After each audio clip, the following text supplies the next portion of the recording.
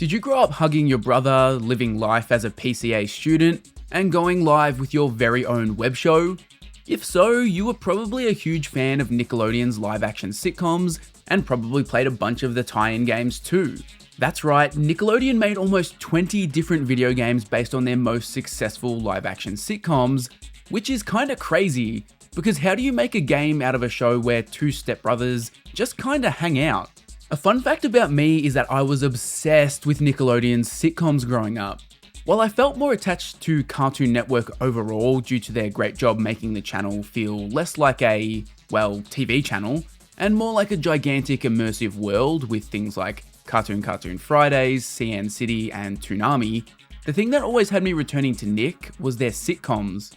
Obviously, I was watching the biggest hits that came from Schneider's Bakery like Drake and Josh, Zoey 101, iCarly, and Victorious, as well as other stuff like Big Time Rush and Ned's Declassified, which unfortunately never received a video game tie-in. But I was also watching the more obscure shows that people don't talk about as much. Naked Brothers Band, Just Jordan, Romeo, True Jackson VP, all of these shows were 10 out of 10 to me. The only downside was that you absolutely could not tell anybody you liked these shows at school. If I let slip that I was watching Zoey 101, or hell, Big Time Rush, I'd immediately get called a homophobic slur. It absolutely fascinates me that these shows were so huge that Nickelodeon handed the rights to developers and said, good luck turning these into games. So today I'm taking on the enormous task of reviewing and ranking every TeenNick game.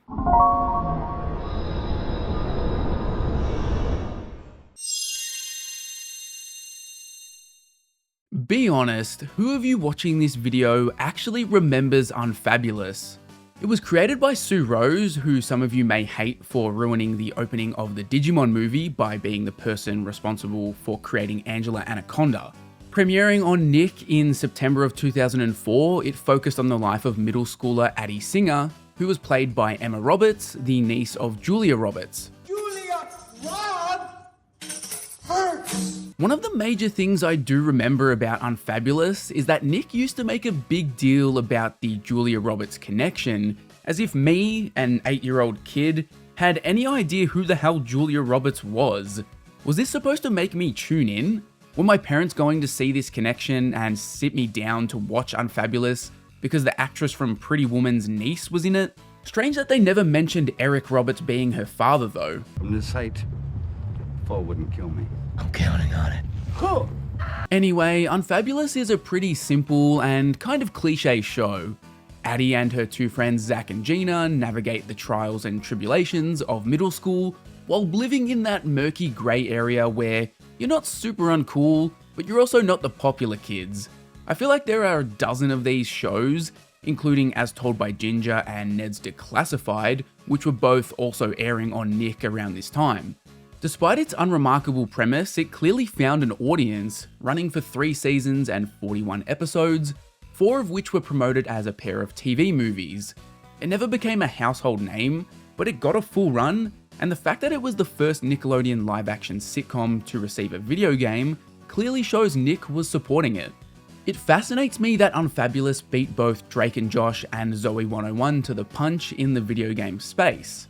As far as I'm aware, those shows were a far bigger deal at the time, and they've both obviously had a much longer lasting legacy.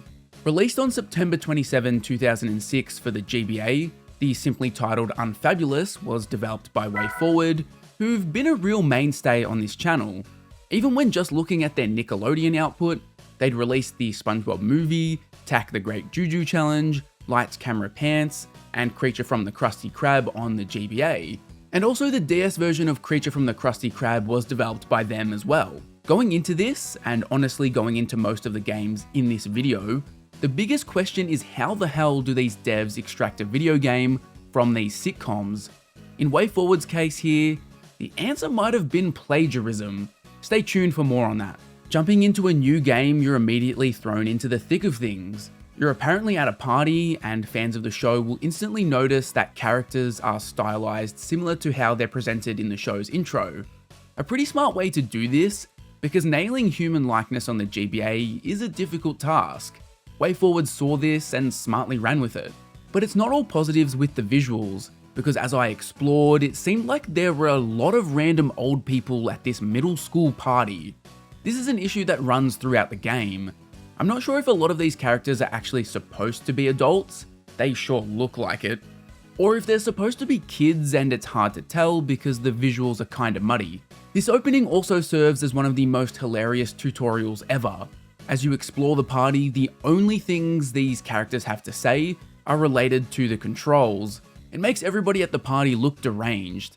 As us Unfabulous heads all know, a big plot point in the show is Addie's crush on Jake Bahari. It borders on stalkerish. This girl made a whole ass album of songs about this dude. Jake, J-A-K-E, Bahari. Anyway, this game gets off to a bang because within 2 minutes you're slow dancing with Jake Bahari. Usually a show would edge you for 3 seasons teasing something like this. You get to be involved in the dance too, as the game's first minigame, a rhythm game, plays out over this. Unfortunately, I got absolutely baited here because it turns out it was all a dream. Addie wakes up in her bedroom reading Word Up magazine, and the game truly kicks off as she starts to get ready for school. Here the game settles into a groove that basically lasts for the entirety of its 2 to 3 hour runtime. Addie will wake up, she'll get some sort of directions to head to a certain location, and what happens next is pretty much a series of fetch quests, broken up by occasional minigames. Some of you may be watching the gameplay and hearing my description and thinking, hey, this seems pretty familiar. And that's because this game is identical to All Grown Up Express Yourself, which was developed by Altron and released about 2 years earlier. It's truly eerie how similar these games are in structure, right down to both games giving you the ability to jump, despite you never really needing to jump. Oh, excuse me, they do make you jump up these escalators at the mall. The way levels play out and the overall vibe of the game also just feels ripped from Express Yourself. I know you can't really rip off a gameplay style, but it's insanely odd to see such an obscure game being replicated here. Just like Express Yourself, most of this game consists of running around back and forth between locations, which frequently results in mundane locations like the Singer house being scaled up massively so it doesn't take you 5 seconds to move between locations. It ends up making the Singers own the world's biggest house with a comically large basement. Addie walks along at a snail's pace, but luckily there's a run button. At first I didn't think this existed because the tutorial Dream Party doesn't teach you this, which is insane because the only controls the game has to teach you is the run, the jump, and the ability to open your inventory, which is another useless addition. And look, Addie Singer's recreating hood irony in the Big 26. How cringe. Even with the option to run, Addie moves way too slow for how much running back and forth is in this game. The oversized locations and the fact that you often need to search around for specific NPCs or items without a definitive idea where they're going to be just makes things way worse. After playing for about an hour, I decided I'd cheat slightly and speed Addie's running up to twice as fast, otherwise I was going to die of boredom.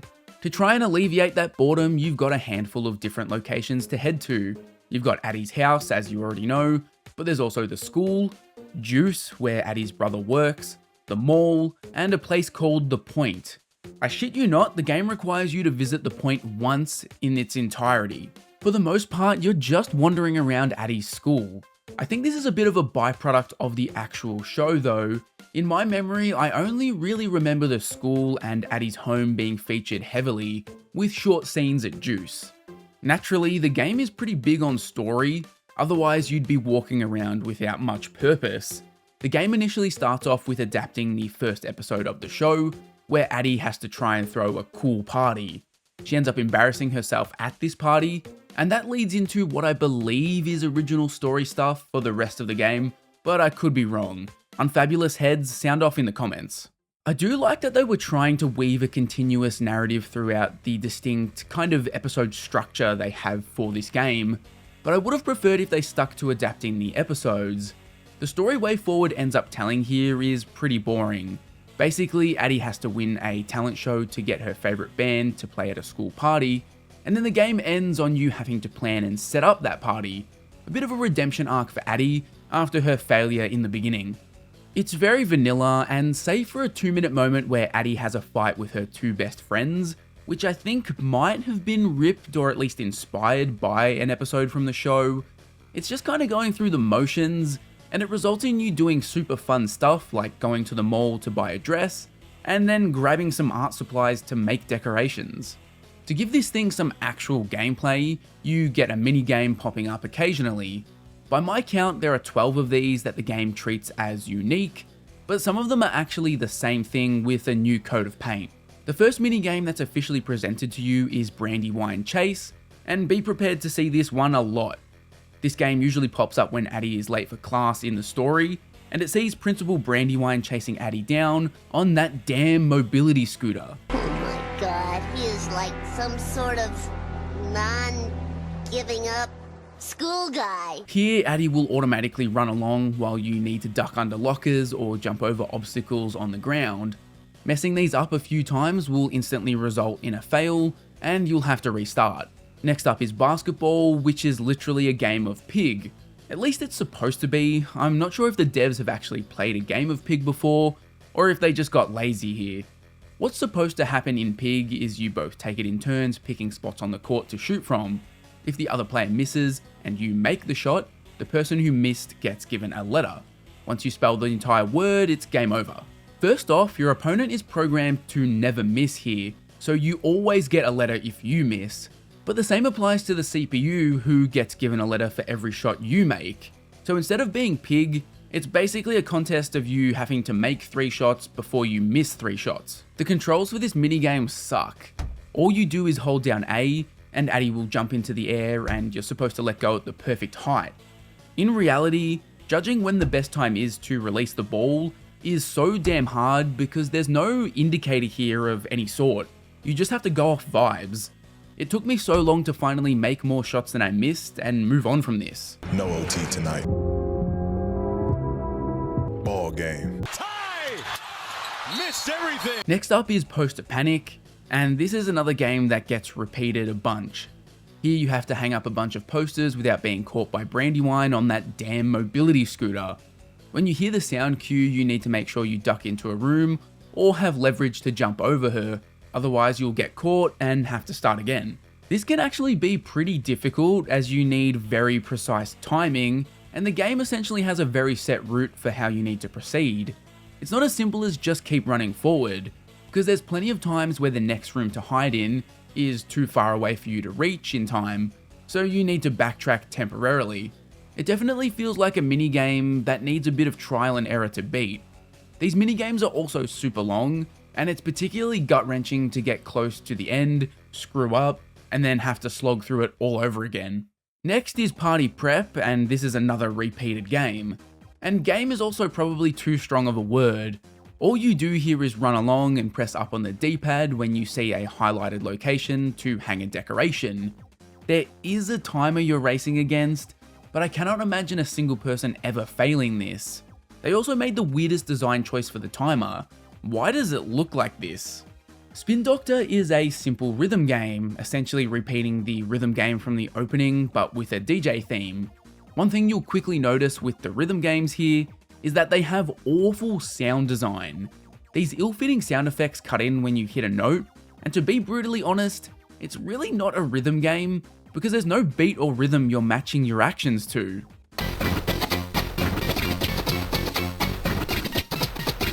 About halfway through the game, the devs decided to start winging minigames at you without warning. Up to this point, pretty much everything gives you a basic tutorial screen to prep you, but all of a sudden you get this minigame where you need to serve the correct food to party guests. It's not hard to figure out on the fly, but the fact that it instantly cuts from dialogue to a minigame caught me off guard. The same thing goes for this minigame where you need to catch clothes. It just gets dropped on you out of nowhere.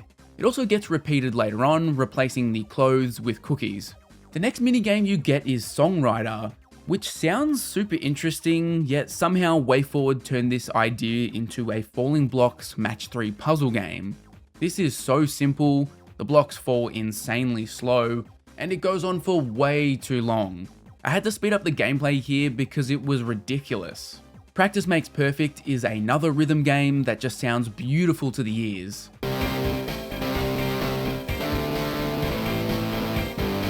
Then all of a sudden you get a volleyball minigame, which set the plagiarism radar off again, because volleyball plays a weirdly big part in All Grown Up Express Yourself. This minigame is actually a lot better though, but it's still a very basic volleyball minigame, and you pretty much win a point every single time you manage to hit the ball back over the net. Way Forward then try to present Deco the Halls as if it's a new minigame, but this is literally just party prep in a different location. Lastly, we get Security Sneak, which apparently takes place in a horror movie location. What is going on back here? I think I'm gonna die in this house. This game sees a bunch of security guards patrolling back and forth that you need to avoid while making your way towards the end goal. You can hide in these lockers to avoid them, so it basically plays out like Poster Panic, but without you having to hang any posters. The security guard aspect is super janky. Their movement patterns feel slightly broken, and I basically needed to cheese the game to progress. To me, it seemed like I had to reset their patterns by having them see me, then quickly running off screen to get them to move in the opposite direction. Nothing about how this minigame worked felt natural. One thing to also note is that the game has some crazy difficulty spikes.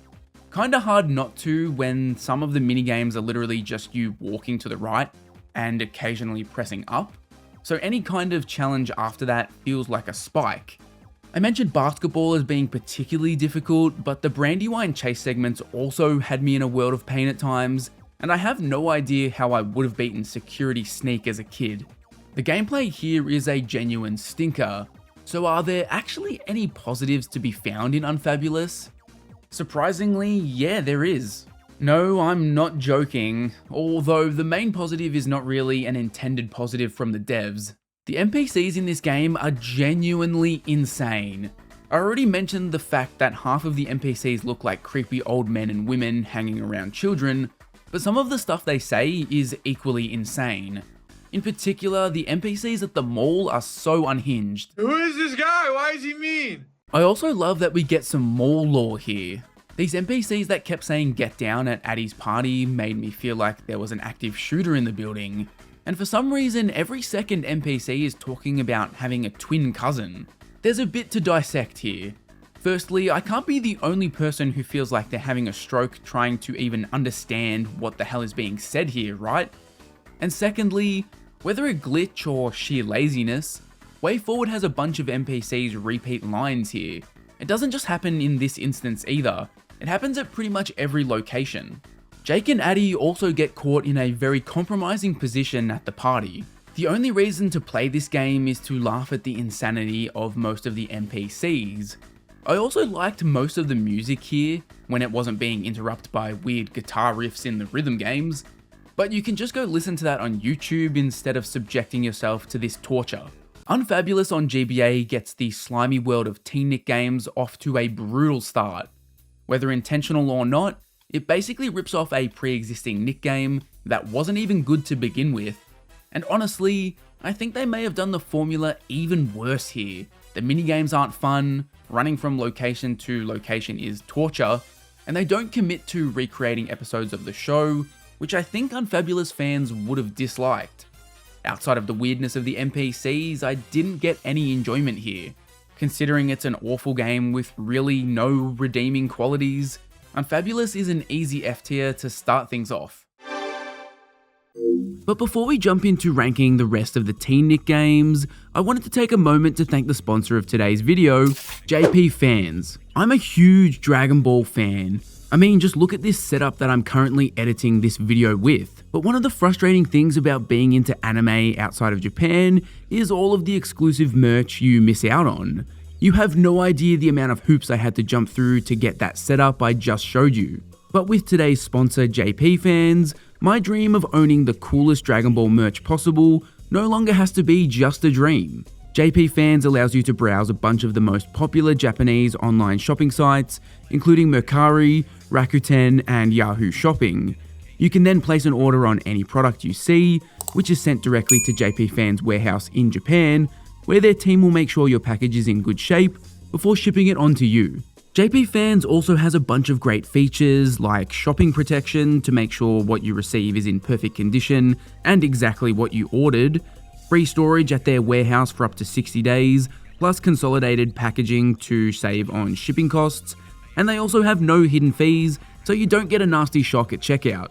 Make sure you tune into a future video where I'll reveal just what insane stuff I ordered from JP Fans. And you can start shopping on JP Fans too with my exclusive link in the video description and pinned comment below. Just signing up via this link will give you $86 worth of coupons and an exclusive 50% discount when shopping at Mercari. I want to thank JP Fans once again for sponsoring this video. Now let's jump back into ranking every TeenNick game. Zoey 101 is legitimately one of my all-time favorite shows, and that's not just nostalgia talking. I rewatched the entire series as an adult, and it still holds up for me. For those of you unaware, I'll quickly set the scene. Zoey 101 is about high schooler Zoey Brooks, who moves to Pacific Coast Academy, a boarding school that is deliberately designed to look like a college campus, to make every damn kid watching the show wish they could attend. Zoey quickly gets a core friend group, and each week some wacky shenanigans on campus happen. It's pretty similar to most Nick sitcoms you'd see at the time, except for a couple of key differences that really set it apart. For starters, this was the only Schneider's Bakery show to use a single camera setup, making it look a lot more dynamic visually compared to shows like Drake and Josh and iCarly. I think this also played a part in making PCA look so cool. The single camera setup just helped make the school feel real. It also had a running narrative in the background. While all of the episodes could be watched as standalone stories, the status quo actually changed over time and there was real build up to these changes. The will they won't they of Chase and Zoey is absolute cinema. Audiences clearly thought so too, because the show's finale was watched by 7.3 million people, making it the highest rated live action show ever on Nickelodeon to that point.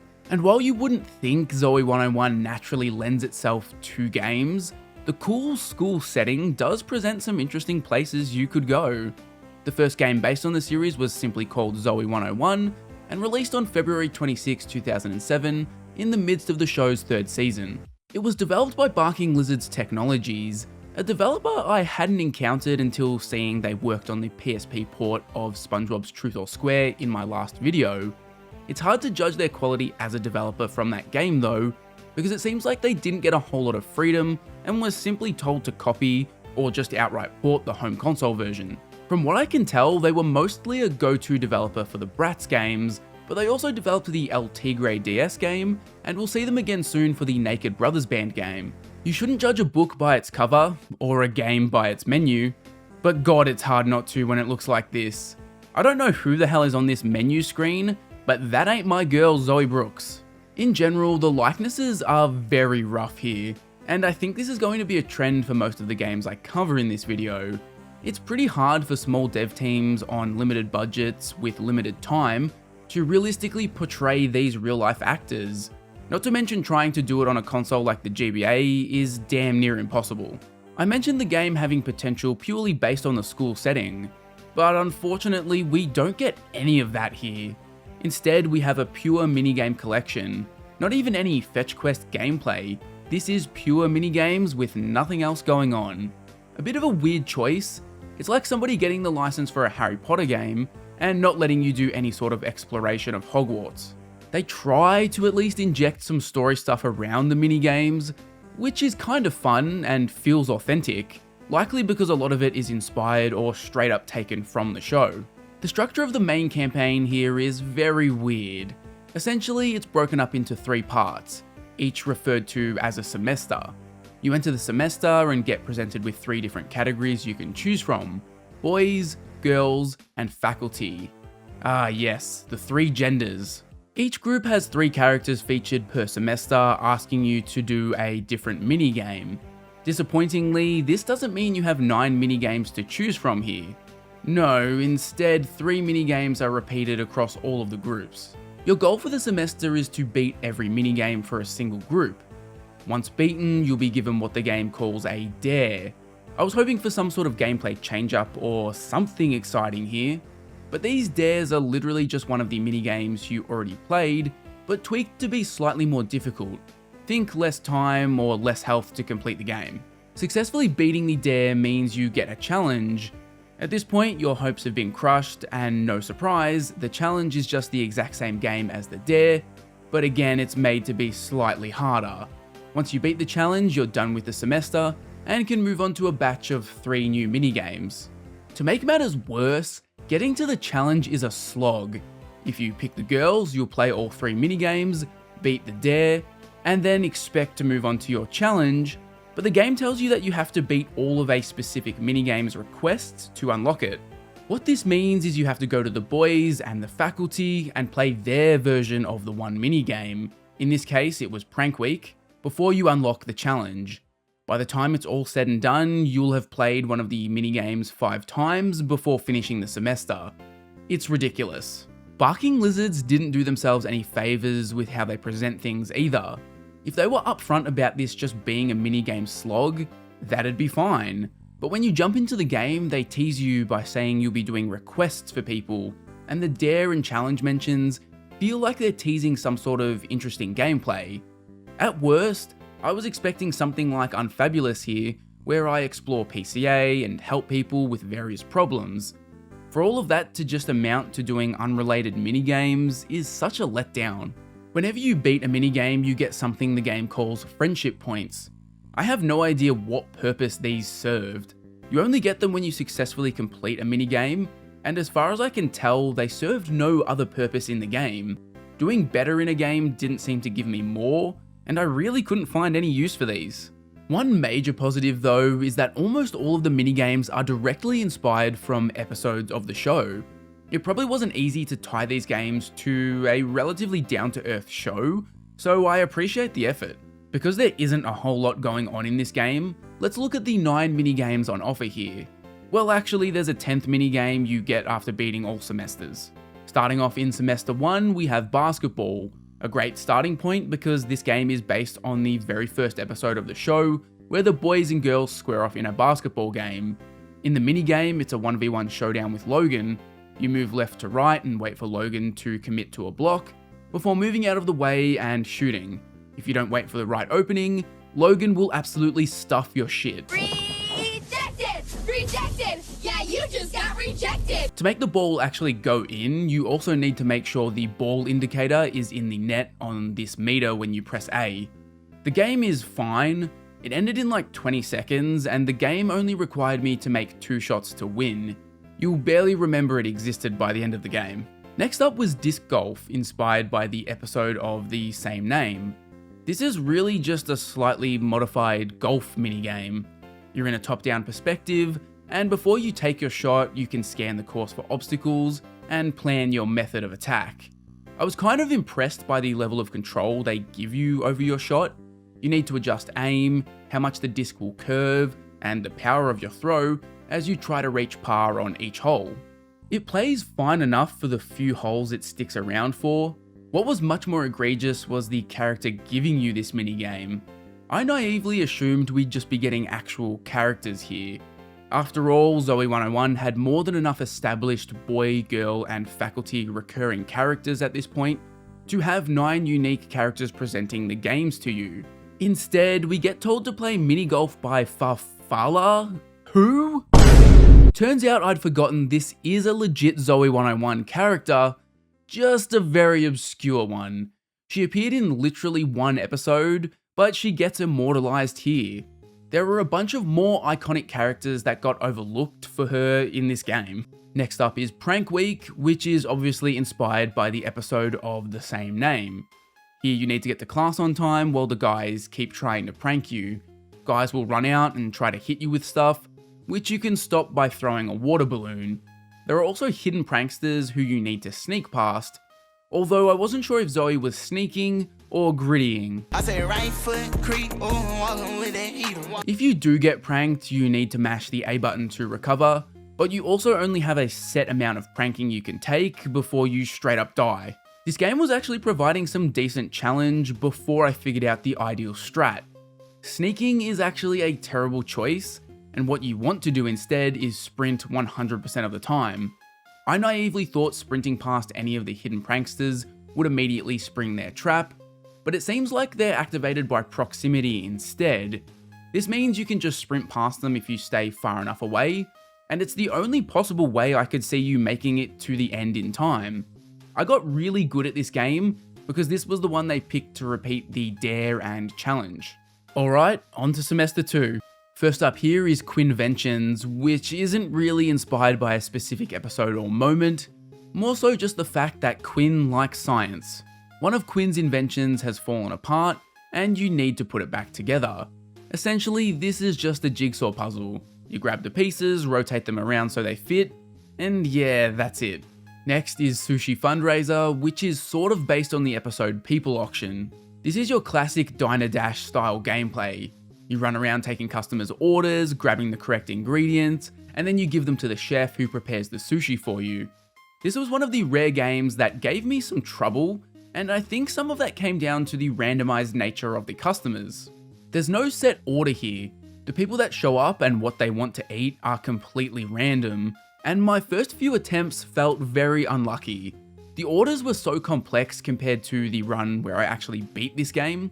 Not only do you have to make enough correct orders to pass before the time limit runs out, but you also need to make sure you don't make customers wait too long because you'll lose. Overall, it's a fine mini game, basically the same as every other game you've seen have this same idea. And the last game of Semester 2 is JetX Racing. Zoey and her friends win these cool scooters in one episode, and they use them to get around campus easier, so naturally the devs took this and turned it into a racing game. I cannot properly express how poorly this controls. We might have a new contender for worst racing of all time here. I'm also impressed by how little anything matters. Bouncing off the wall? That's not gonna affect your race. Hitting these obstacles on the track? Minor inconvenience is probably exaggerating the impact there. Literally just hold down accelerate and you'll win the race. You've also got these speed boosts, which weren't even necessary for me to activate in most races. To my dismay, this was the game chosen to be the Dare and Challenge. Felt like a cruel and unusual punishment from the devs. And with Semester 2 completed, we come to our final batch of minigames.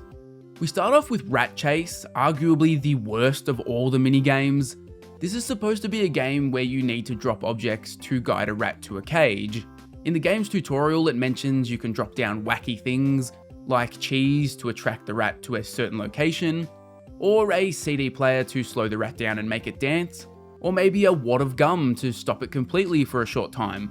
My assumption was that I would need to combine all of these different objects to funnel the rat to its cage.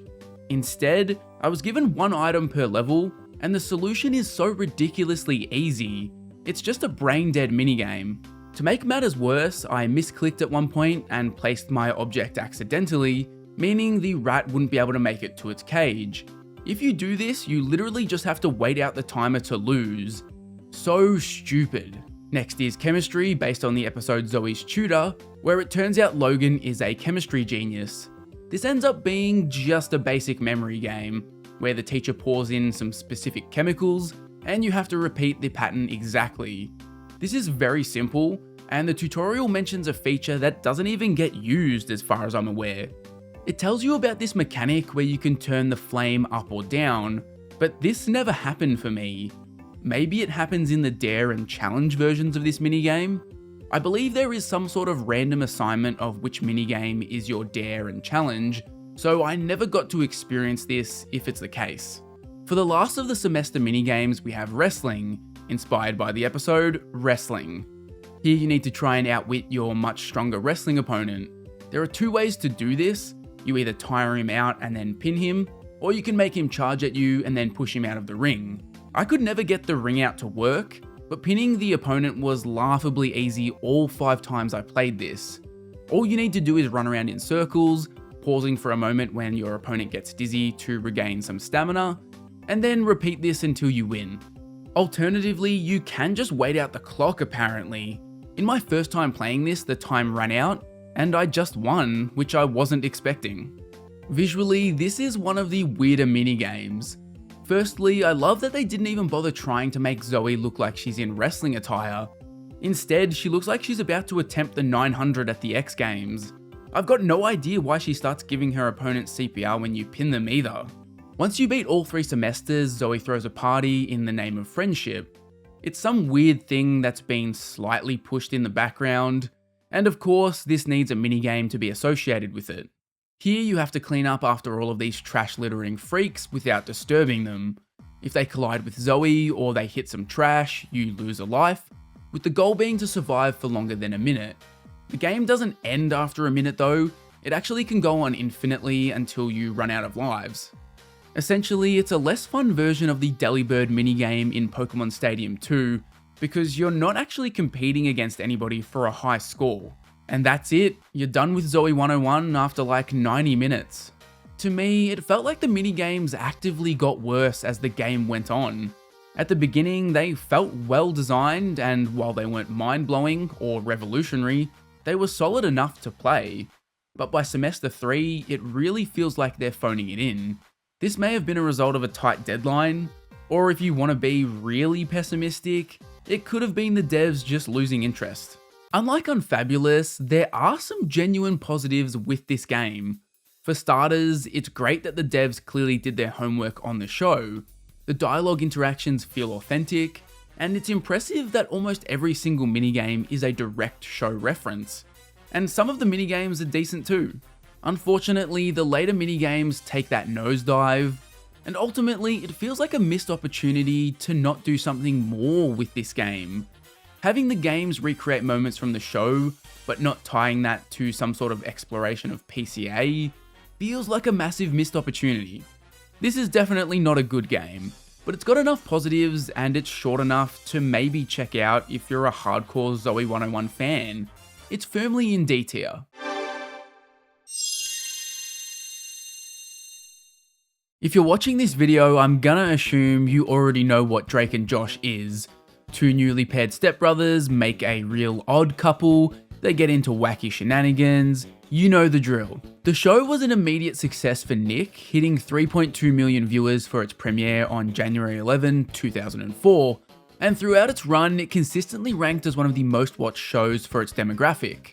Overall, it would run for 4 seasons, 56 episodes, and it had 2 TV movies, which, by the way, Merry Christmas Drake and Josh is a Christmas staple for me. I fucking love that movie. But just like Unfabulous and Zoey 101, this really isn't a show with a premise that lends itself naturally to video games, which is probably why it took until March 13 of 2007, when the show only had about 5 episodes left to air before finishing for good, for the first Drake and Josh game to hit shelves. Just like Zoey 101, this first entry into gaming was simply titled Drake and Josh, and released exclusively for the GBA. In charge of this, quite frankly insane adaptation was Artificial Mind and Movement, although you might know them by their current name, Behavior Interactive, where they sprung to fame for making Dead by Daylight. However, under the Artificial Mind and Movement banner, they made a garbage truck full of licensed games, particularly on handhelds, some of the most notable being Teen Titans and Teen Titans 2 The Brotherhood's Revenge, and the GBA version of The Misadventures. I also covered this developer in depth for my video on Evergirl, a lost Nickelodeon franchise that I guarantee you have never played and probably have just never heard of before. Definitely go check out that video to discover a lost and buried part of Nick's history. This was the first game they'd work on based on a Nick show, but they clearly ended up having a great relationship because they'd be tasked with developing the Nick original MMO Monkey Quest, as well as Victorious Hollywood Arts debut, Plankton's Robotic Revenge, and Hero Pants. When you jump into the game, you instantly get hit with these bobblehead style cutscenes, and the likenesses are not great. Although I do admit the Megan likeness isn't terrible. Like, if you showed this to me with no context, I'd probably be able to guess it was trying to be Miranda Cosgrove. The structure of this game sees you bouncing back and forth between Drake levels and Josh levels, each of which are basically in a different genre. These levels are strung together by a loosely continuous narrative. For example, the first level has Drake sneaking into class with some assistance from Josh after Drake ends up being late for school. This ends up with Drake being punished and leads to Josh having to help out in the second level, where Megan has filled the school with sheep. Drake knows he's going to get blamed for this, and he can't afford to get in more trouble, so Josh comes in with the assist. It all kind of escalates along like this, but the narrative is really a small part here. You certainly aren't getting full recreations of show episodes or anything like that. Despite that, the small glimpses of dialogue you do get feel pretty authentic to the show's writing, and it can be kind of funny at times. You start the game off with a Drake level, which also introduces the game's persistent time limit mechanic. Whether you're playing as Drake or Josh, the game has a countdown timer in the top left, and if you don't beat the level in time, it's back to square one for you. It's kind of a bold decision, especially because this timer often comes right down to the wire. There are times where completing specific actions will add time on, but for the most part, the game asks you to complete everything as perfectly and as fast as possible. This time limit adds some serious challenge to Drake's levels as they're entirely stealth-based. And yes, as other people have pointed out before me, these levels are very much in the spirit of the original Metal Gear games. While in most stealth games you can really bide your time to analyze movement patterns and take the safest route, that is often not feasible here. Wait too long and all of a sudden you'll find that you're switching into speedrun mode to make sure you can actually reach the end of the level. You've got a bar in the top left that shows how close you are to being spotted. In some cases, you'll be instantly spotted, but more often than not, you get the opportunity to make a mistake or two in quick succession without having to entirely restart the room you're in. As part of your stealth arsenal, you can hold down B to sneak along to not alert hall monitors and other numerous enemies. Actually, I guess that's your entire stealth arsenal, because Drake can't really do anything else to maneuver around people. That sneak button comes in real handy when you discover that for some reason entire sections of the school are covered in popcorn, which alerts everybody to your presence if you walk on it normally, or for when you need to get past these people that are sleeping at school for some reason. You've also got a bunch of wet floors that make you slip around if you're not sneaking, and inevitably you fly into the path of somebody who's on patrol. Now, stealth and sneaking isn't exactly a huge part of Drake's character in the show. Sure, there are moments in the show where he sneaks around, and he does sneak into class late during the show, but it's not a core part of his character. What is a core part of Drake is being a bit of a ladies' man, and also kind of a pervert. This is something the devs tried to include as part of the gameplay. Firstly, it takes about 10 minutes for the game to have a section where Drake is sneaking through the girls' locker room like a complete creep. Then there's also a lockpicking mechanic that plays into this. You often come across locked doors, and in Drake's levels, you regularly notice that a girl will be standing on the other side. By absolutely shredding on the guitar, Drake can woo these girls, and they'll unlock the door for him. And while in this trance, they end up just following him around and doing his bidding, which means you can use them to stand on pressure switches, or even send them off to flirt with guys who are patrolling the hallway. It's pretty authentic to the show, but did they really need to make these high school girls so busty? As you progress through this first level, more and more enemies are layered into the environment, and it starts to become a clusterfuck. Megan, who is a pretty persistent antagonist throughout the game, has robot dogs patrolling the school for God knows what reason. She's also set up these paintball cannons that will stun you if you get hit. These cannons are so tedious, and they're just not a fun part of the game. There are also these janitors who will try to murder you for some reason. When they beat the shit out of you, you actually don't lose and have to restart the room though, Drake just gets stunned. All of these elements end up combining to make getting through to the end of the level pretty tense. This was the last thing I was expecting when I booted up a Drake and Josh GBA game. Once you complete what the game calls Episode 1, you transition to playing as Josh. While Drake is all about sneaking, Josh's levels basically consist of you going from puzzle room to puzzle room. Honestly, now that I think about it, the devs did a solid job of representing each character through their unique gameplay. For some reason, Josh's B button action here is to run, although the animation absolutely makes him look like he's merrily skipping along.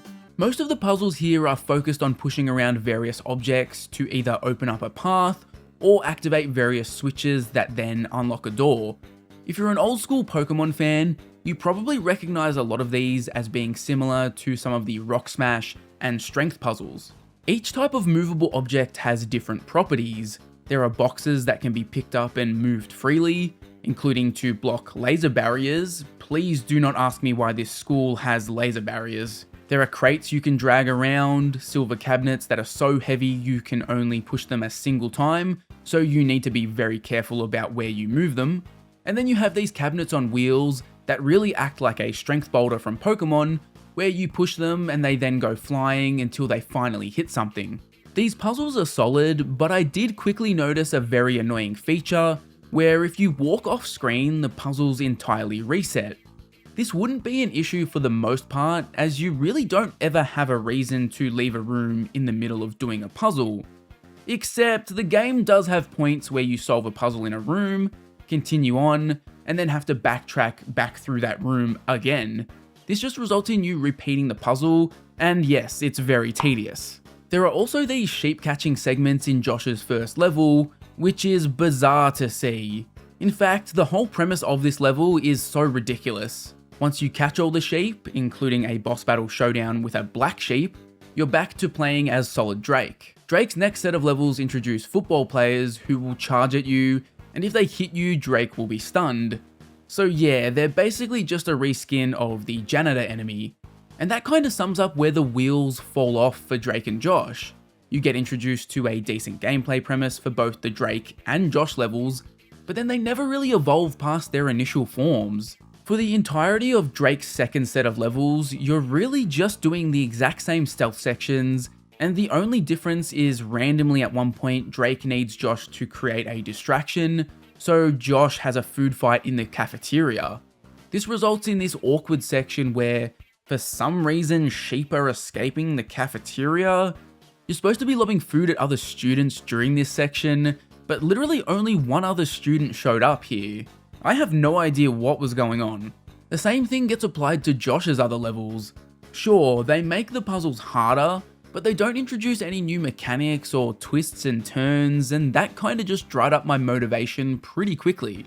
As is customary for every licensed game from this era, you've got collectibles scattered around levels. In Drake's levels, you'll pick up guitar picks, and in Josh's levels, you'll pick up essay notes. It really seems like Artificial Mind and Movement's only understanding of Josh as a character is that he was a nerd. And that's basically everything Drake and Josh has to offer.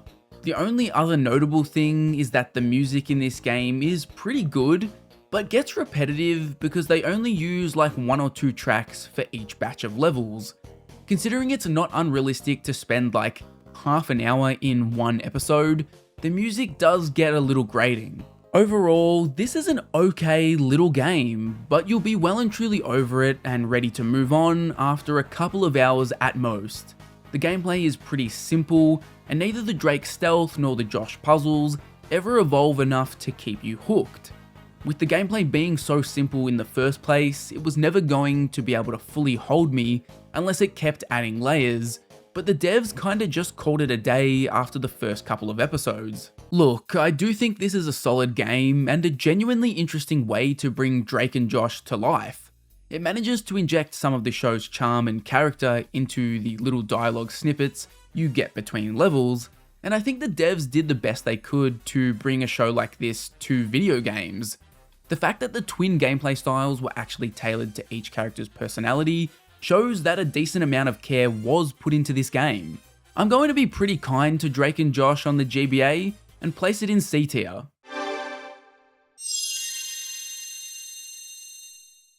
Somebody at Nickelodeon must have realized they were running out of time to release video games based on their smash hit show, because hot on the heels of the first game on GBA, we also got Drake and Josh Talent Showdown on July 30, 2007 for the Nintendo DS. And in a move I can only assume was made to expedite getting the game out the door as quickly as possible, Artificial Mind and Movement also served as the developers. The corners that they were able to cut by using the same developer to make both games is immediately obvious when you see a lot of the little visual elements as well as the character art had already appeared in the GBA game. The gameplay itself is different just by virtue of making the jump from 2D to 3D, but after reflecting on my time with Talent Showdown, the gameplay does feel like a more bland and boring version of Drake's levels in the GBA game. Here you're yet again in a kinda top-down perspective, running around the school, unlocking doors and avoiding other students to get to some sort of end goal. There's no real stealth, and for some reason the characters sound like a horse while running around. Rather than giving Drake and Josh unique levels or gameplay genres, you instead get to switch between the brothers on the fly. And I have to give the devs credit here. The visual effect where they use the arrows from the Drake and Josh logo to have you switch characters is such a cool and authentic way to do this.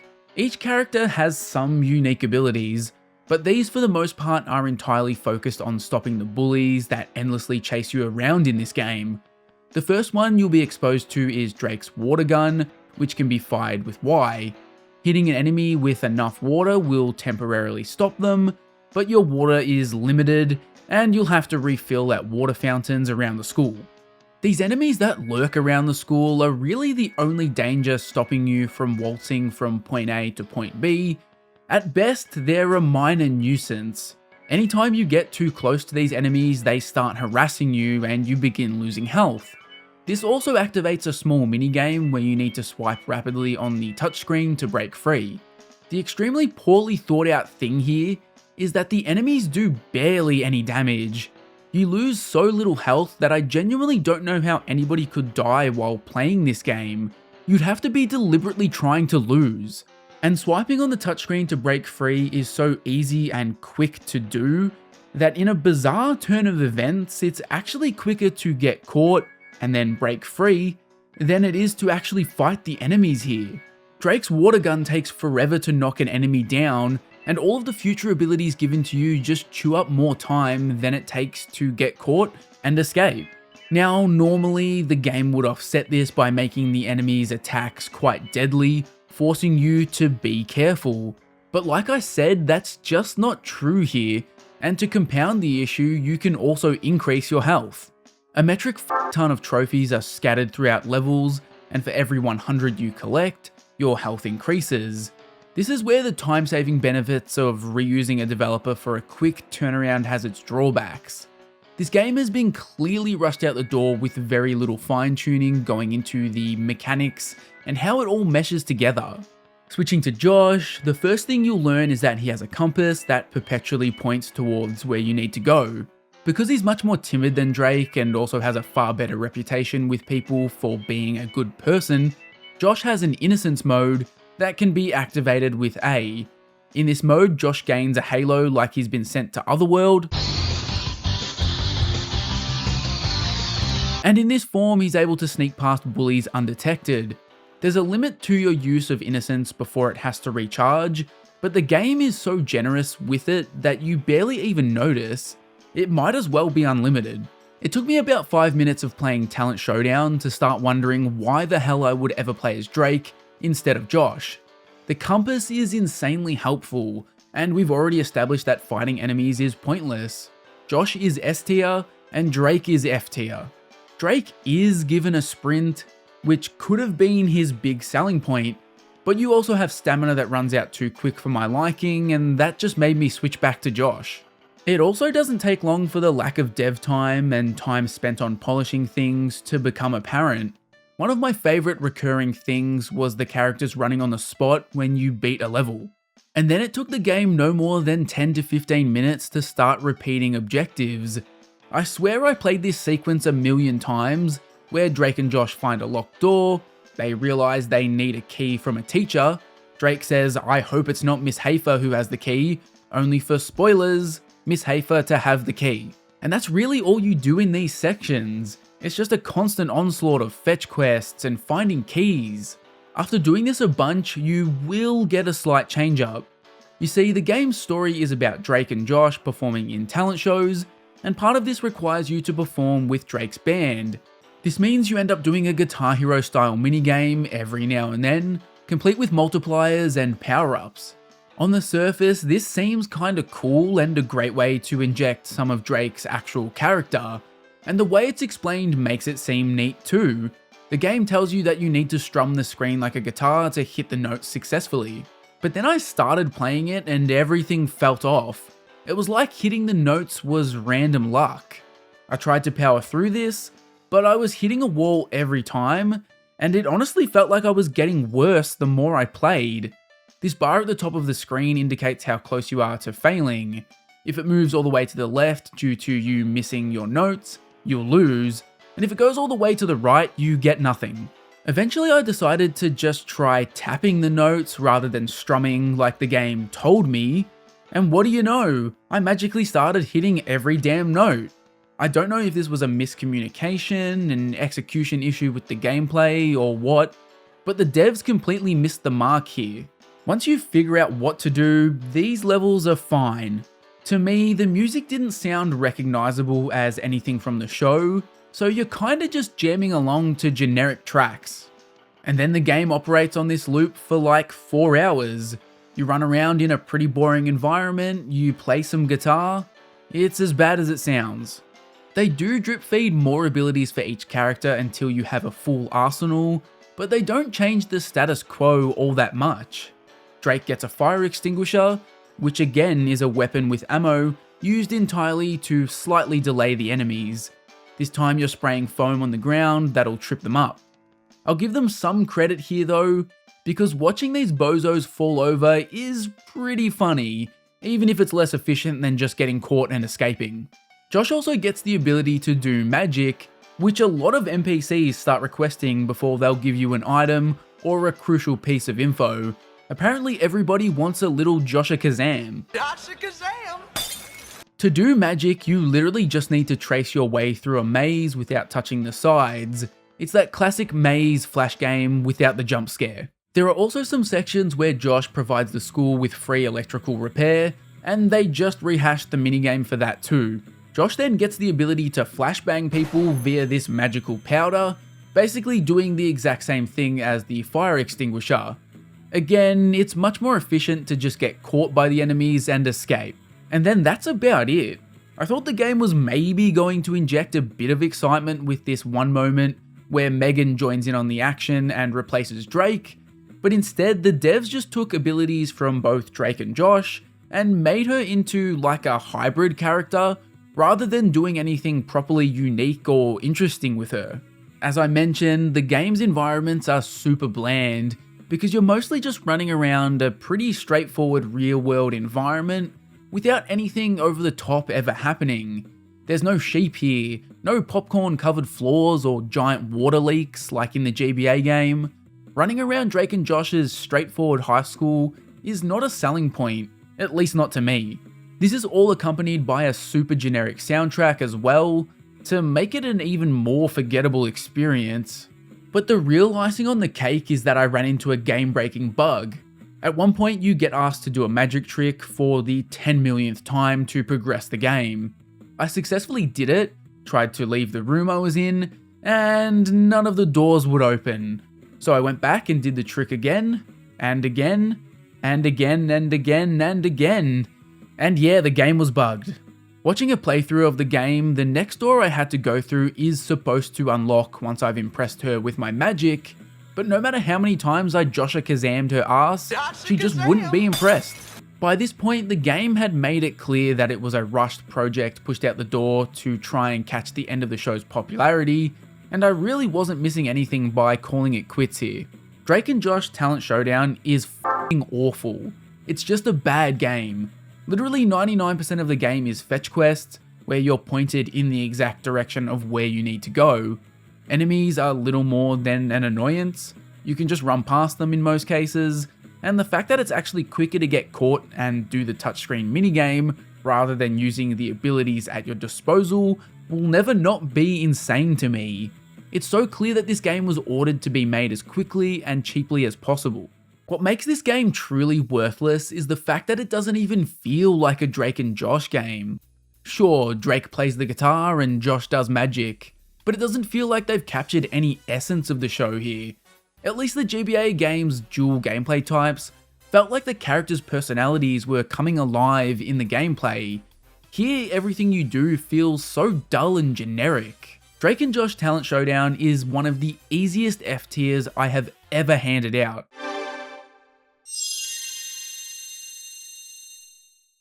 Released on September 11, 2007 for the Nintendo DS, we got the second and final ever Zoey 101 game, Field Trip Fiasco.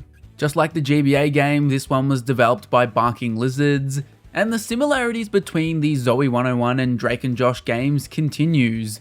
The development and release patterns of these games are basically identical, even down to them reusing developers for both the GBA and DS games. Really, the only major difference is that this game was actually released while Zoey 101 was still on the air, having hit shelves in the midst of the show's super long third season. Field Trip Fiasco makes a cool first impression. I know I'm gushing over a main menu, but it's pretty damn cool how they make it look like Zoey's journal, and the menu options get written in the journal as you select things. It's very minor in the scheme of things, but small touches like this often give you a nice insight into the developers and how much they truly cared about developing this throwaway game for a kid's sitcom. Unfortunately, that's about the end of the road for me being impressed with this game artistically, because good lord, look at these monstrous character models. All of them look horrendous and barely resemble the actors. But I have to give a special shout out to Alien Logan and the absolutely horrifying Michael character model. Once you get over the shock of seeing these nightmare-fueled teenagers, we get introduced to the rich narrative in Field Trip Fiasco. Unsurprisingly, the game is focused on a field trip. My initial concern was that the game was going to be exclusively set on a field trip, taking us entirely away from PCA, which would be a federal crime in my book. Thankfully, most of this game is set at PCA as the crew tries to organise a field trip to a nearby national park. Organising a field trip at PCA is apparently an impossible task because this one Zoey Brooks idea leads to a never-ending series of events. First, the group needs to prove that they're actually interested in doing this field trip for academic reasons. The teachers won't approve it if it seems like they're just trying to get out of class. To prove this, you do a bunch of research, and once they're convinced, you then need to start gathering supplies for the trip. You'd think after that you're all ready to go, but nope. Next, you've got to convince the teachers to let you miss their classes, and then you still need to raise the funds to go on the trip. Apparently PCA, the richest looking high school in history, can't afford to bust these kids down the road. After jumping through all these hoops, you do eventually get to go on the field trip, which I guess is a nice reward. I was worried the field trip would be like a closing cutscene or something. As you probably guessed, the gameplay here is very basic. This is yet another game where you just run around and do fetch quests because the devs had no idea what to do with a video game based on a relatively down-to-earth sitcom. Although, I'd say using this style of game is kinda passable here. PCA is such a cool location that basically just giving you an excuse to run around it is cool, at least initially. It's fun getting to see places like Sushi Rocks, and look, is the iconic fountain from the saddest moment in the show. Naturally, PCA has been shrunk down significantly. If you want to see why this is a good idea, go check out my Code Lyoko DS review, where they basically one-to-one recreated the school from that show, as well as some other surrounding areas, and navigating that thing was a complete bitch. Getting around PCA can be a bit confusing at first, but you quickly get your bearings here and navigating the school becomes easy, and then it ultimately becomes dull, because at the end of the day, PCA gets reduced to a handful of classrooms, the library, theatre, gym, Sushi Rocks, and the girls' dorms, which don't even really get used. The game is split up into days, with Zoey needing to complete 2 main objectives during the day, and then 2 main objectives in the evening before you're given a special activity, aka a minigame, and then the game advances the story to the next day.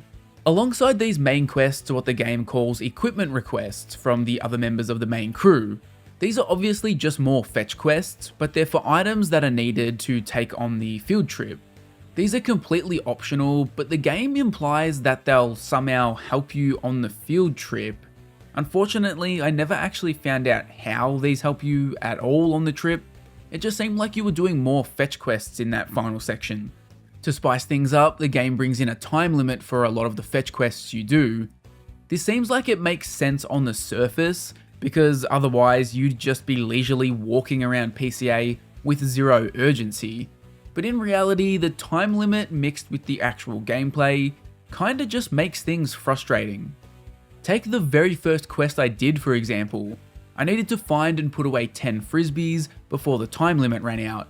There's no strategy or trick to this.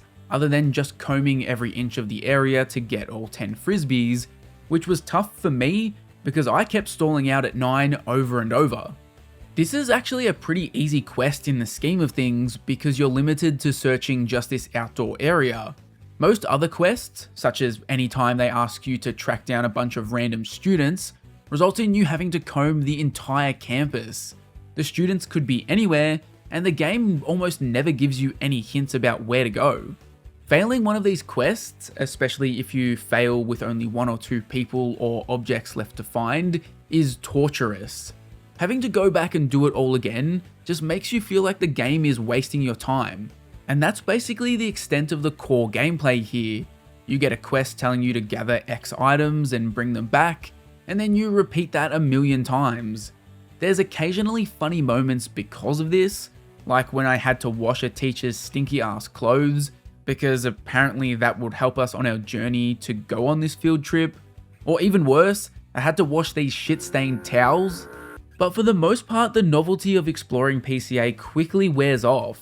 It takes like 3 hours for you to finally go on the field trip, and that's just way too long. The change of scenery you get when you do go on the field trip is nice, but it's too little too late. Most of the activities in this section just result in you doing more fetch quests again anyway, so it hardly feels that different to just being back at PCA. Not to mention, it also just feels kinda bizarre to be doing some sort of camping trip in a Zoey 101 game. I know there are probably like 1 or 2 moments in the show that I can remember that are sort of reminiscent of them leaving the campus and doing stuff like this, but for the most part, people think of being on campus when it comes to Zoey 101. Taking the game away from that setting, even if it's just for a small portion, is a pretty bold choice. But the last thing I've got to talk about is the minigames here. Like I said, at the end of pretty much every day, you do one of these, and honestly, they range in quality. The first minigame has you building shelves for an entertainment center, so they can correctly house the sets of speakers and TVs you've been given. Once you've figured out the correct configuration, you then need to make sure everything is in the right spot, because you need to connect up the wires. This was surprisingly tricky, and I actually kind of enjoyed it.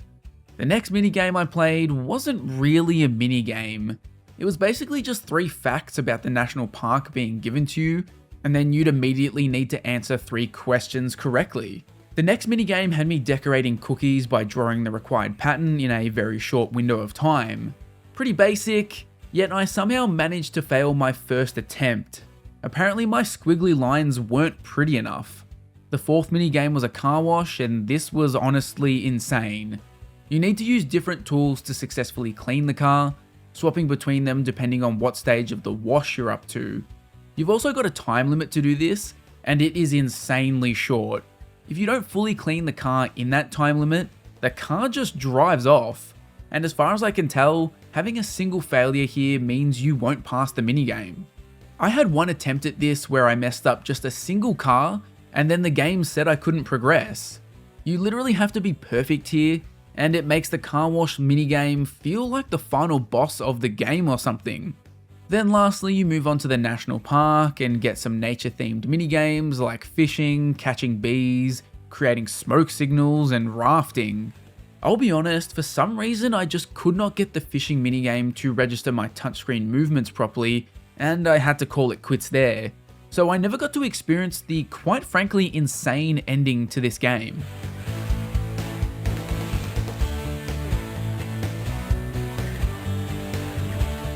While the idea of running around the PCA campus is cool, the execution here wears thin quick, and it becomes tedious before you've even spent an hour with the game. Once you get your bearings, the campus becomes so easy to navigate, and the novelty really wears off. The fact that you never unlock more locations on campus seems like a missed opportunity.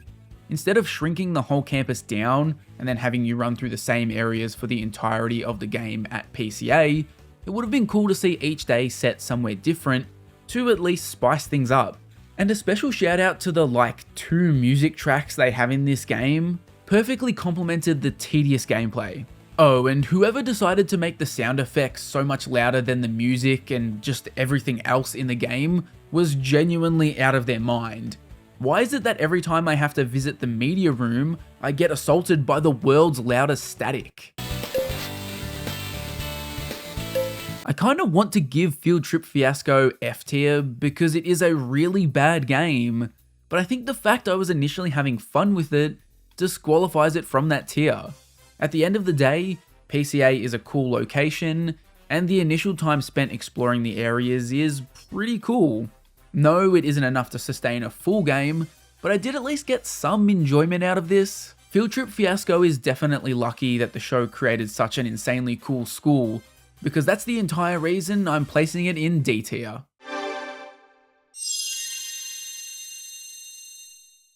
The Naked Brothers Band is honestly one of the more fascinating shows in Nickelodeon history, and no, it's not just because of the incredibly sus name. Nat and Alex Wolf are two real-life brothers who were obsessed with music from a young age, playing the piano, the saxophone, and drums. It's no surprise they were interested in this stuff considering their dad was a musician and their mother was an actress. It's also not too surprising when Nat had the desire to get into acting, and after begging his mum and even shooting a homemade documentary, which was a sort of precursor to everything that would become Naked Brothers Band, his mother relented and decided to do a mockumentary based on her kids being fake music stars, which would then morph into the Naked Brothers Band the movie, depicting the boys as music icons. In late 2005, they entered the film at the Hamptons International Film Festival, where it won the Audience Award. After the film was shown, Nickelodeon bought it, where it would then serve as the pilot for the Nickelodeon show of the same name. The movie aired in the United States on January 27, 2007, with the show premiering the following month to the channel's highest ratings in 7 years for viewers in the 6 to 11 age group. All up, the show would only run from 2007 to 2009 and had just 42 episodes. It seems like there was a bit of a clash between Nickelodeon and the Wolf family, with Nick wanting more content, but not respecting the very strict schedule the Wolf family had put in place to ensure their entertainment careers wouldn't impact their schooling. At the very same time the Naked Brothers Band was rising to prominence, we were also seeing rhythm games massively take off in the US. In particular, Rock Band and Guitar Hero were in the midst of a battle where both franchises were making obscene amounts of money. By the start of 2008, Guitar Hero had released 3 games, with Rock Band joining the fray in 2007. Both franchises would also drop a game in late 2008. This was the perfect opportunity for Nick to swoop in and create a rhythm game of their own based on Naked Brothers Band, so they handed the task to Barking Lizard's Technology, and in October of 2008 we saw the end result for Wii, PS2, and PC. There was also a DS game, and because these games are so similar, I'm going to combine my thoughts on them into a single segment. The DS version, however, was developed by First Playable Productions. Despite the entire world being caught up in a rhythm game craze where it seemed like every second household had a closet full of plastic instruments, as far as I can tell, the Naked Brothers Band doesn't allow you to use any of these peripherals to play the game. The one exception is that you can plug in a microphone for use in the vocal segments. It really doesn't take long for this game to become a bit of a laughingstock, and you start to kind of understand why this game was getting 1s and 2s from reviewers. These are some of the worst graphics I have seen in my life. You get to the title screen, which is actually a kinda cool idea, you've got the band performing here, but the character models are shockingly bad. Like, I've come to expect the worst from licensed games, but this lowers the bar entirely for how bad a licensed game can look. The main menu also has a cool premise, having the characters all sitting together on a tour bus, but it just doesn't work. I'm switching between cringing and laughing every 5 seconds because of the character models. One moment I'm being mogged by Alex, who has definitely been looks maxing and bone smashing, and the next I'm screaming, who the hell is that supposed to be? That is not Nat Wolf. The poor production quality also spills over into the gameplay. Now, I don't find this too bad because in a rhythm game, you're really focused just on hitting the buttons at the right time, so at least for me, I don't really notice what the band or crowd is doing on screen. But even in just the brief moments between loading in and the music hitting, you can't help but laugh at the visuals. The crowd at your concerts is next level awful, makes the crowds in sports games from around this time look photorealistic. The production issues extend past the band character models and overall visuals though. Everything about this game screams amateur, like the way you kind of awkwardly intro and outro each song played with dead silence. You guys couldn't have grabbed some like stock crowd noise and piped that in for this rather than having me sit there in silence?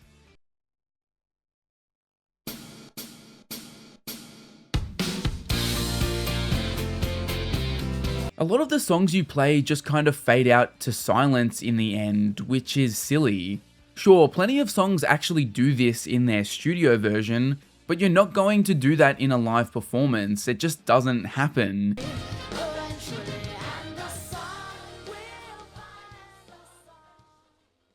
It's these kind of presentation issues that really drag this game down, and it's easily the worst part of the game. But notably, rhythm games are very much about the gameplay, so maybe this game is salvageable. You get 3 gameplay options here: Tour, Jam Session, and Party. Jam Session allows you to just play unlocked songs at your own discretion, while Party has a co-op mode and a versus mode for playing the songs. Tour is where you're going to get most of your value though. This is the game's story mode, although there's not much story to be found here other than you've got the Naked Brothers band going on a tour across the US. Your manager Cooper has booked a single city, and it's up to you to perform so well that other cities will be begging to bring the Naked Brothers band to town. You get these cutscenes on the tour bus in between stops on the tour, but I guess cutscene isn't the right word. You get slideshows, I guess. All you have here is 3D models doing like less than a handful of canned poses as you read text. These are absolutely hilarious, just another case where the game's presentation is in the toilet. At this point, I can't even believe somebody looked at this and approved it for release. It's so low effort and low budget. The structure of this mode is that the Naked Brothers band rolls into a city, you play a single song at a few different locations, and assuming you do well enough, you get to do a final full concert where you can play all of the previous songs back to back. If you beat that, you move on to the next city. At the individual shows where you play one song, you're forced to play the song on a specific instrument that the game selects. But when it comes to the full concert, you can actually adjust the entire set list and which instrument you'll play for each song. I just went with the newest unlocked songs because why would I want to repeat the same songs over and over? But you do have that opportunity here. And the instruments here are actually unique gameplay experiences. Sure, you're not playing an actual plastic instrument, but the control schemes differ here, and tour mode kind of drip feeds these to you, with a tutorial being available before you play each instrument for the first time. The game kicks off with drums, which you play as Alex. Each instrument is obviously played by the specific member of the band that actually plays the instrument. The drums control scheme has you striking notes with the left or right analog stick as they cross the strike area, with a couple of different note variations thrown in. If you see a purple note, you have to hold R1 or R2, or L1 or L2, while long notes are called a drum roll, and you basically just have to go nuts with the sticks. This one took me a bit to pick up, but I quickly got the hang of it over the course of my first song. This is also where you find out that each song has target goals for you to hit, which generally go like this. Hitting 70% of notes in the song allows you to progress with the story, 80% of notes hit unlocks a new instrument skin, while 90% of notes hit unlocks the hard difficulty for that song. Next up was guitar with Kasim, and the tutorial is really bad here. You've got 5 tracks that notes will move along, and you obviously need to target the correct one as it hits the strike zone. Notes in the middle 3 tracks are targeted by holding the left stick up, down, or in the middle. If you want to hit the top or bottom tracks, you use L1 or L2 and press up or down on the stick. Once you're on the correct track, you use the right stick to play the note. Weirdly though, the game breaks up the tutorial here, teaching you how to target certain tracks, and makes it seem like you can hit notes as soon as they come onto screen just by targeting the track. It's a very clunky way to explain things because they then introduce actually playing the note. It's just all very messed up. And in general, this is just a very awkward instrument to play, and I think a lot of it stems from targeting the middle track. I found the optimal way to do this was actually taking your hand off the stick entirely when you want to play notes on the middle track, because trying to target this by holding the stick in the middle is so easy to mess up. Honestly, I would have preferred if this was a classic rhythm game control scheme of just assigning a specific button to each track and then pressing that button when it passes through the strike zone. In fact, none of the instruments here use that control scheme, which seems insane to me. The next tutorial you'll get is vocals with Nat. As I mentioned, you can actually plug in a microphone for this, or alternatively, you can just use a controller. The controller method brings back the 5 tracks we just got introduced to, with players needing to hold down X as these bars pass through the strike zone. If you play on hard mode, they introduce a purple note that needs to be hit with circle, but outside of that, it's very similar to guitar. That also means it has the same issues with track targeting feeling awkward, and by this point, I was just kind of confused why the devs didn't allow you to target via the D-pad. It feels like it would have been perfect for this, considering you're just going up and down.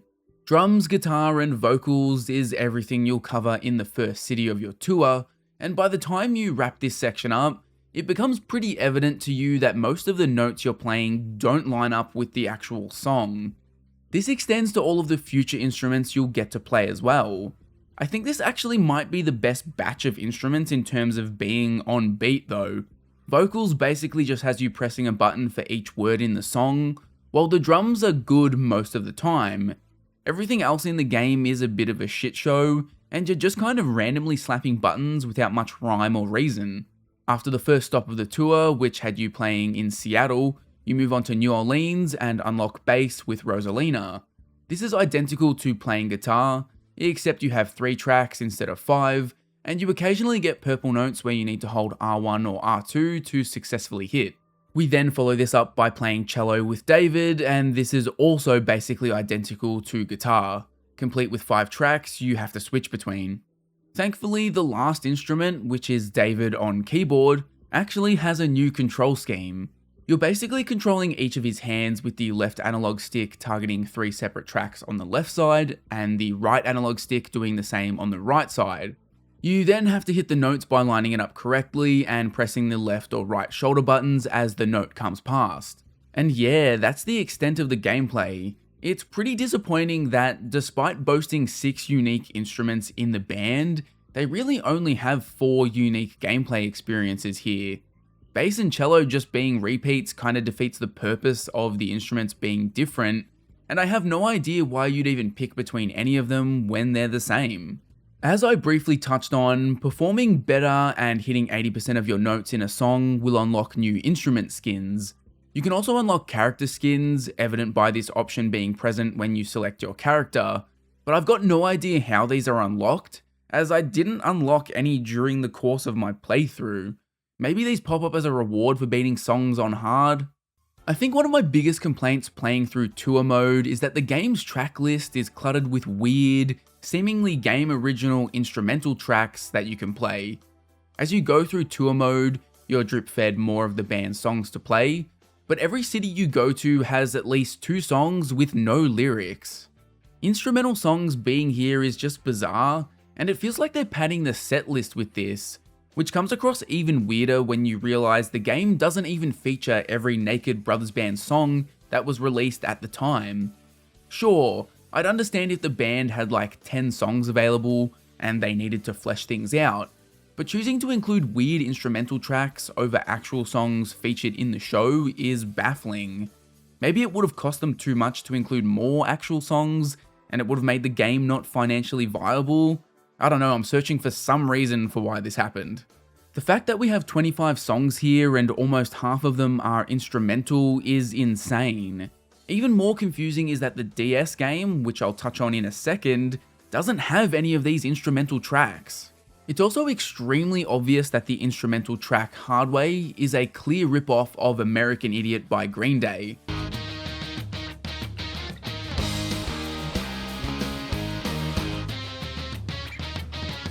After picking up on this, it made me wonder if all the instrumental tracks are doing something similar and just copying a real song, and I just wasn't picking up on them. In general, Most of these instrumental tracks give off big Dragon Ball Z English dub opening energy, especially the last one I unlocked.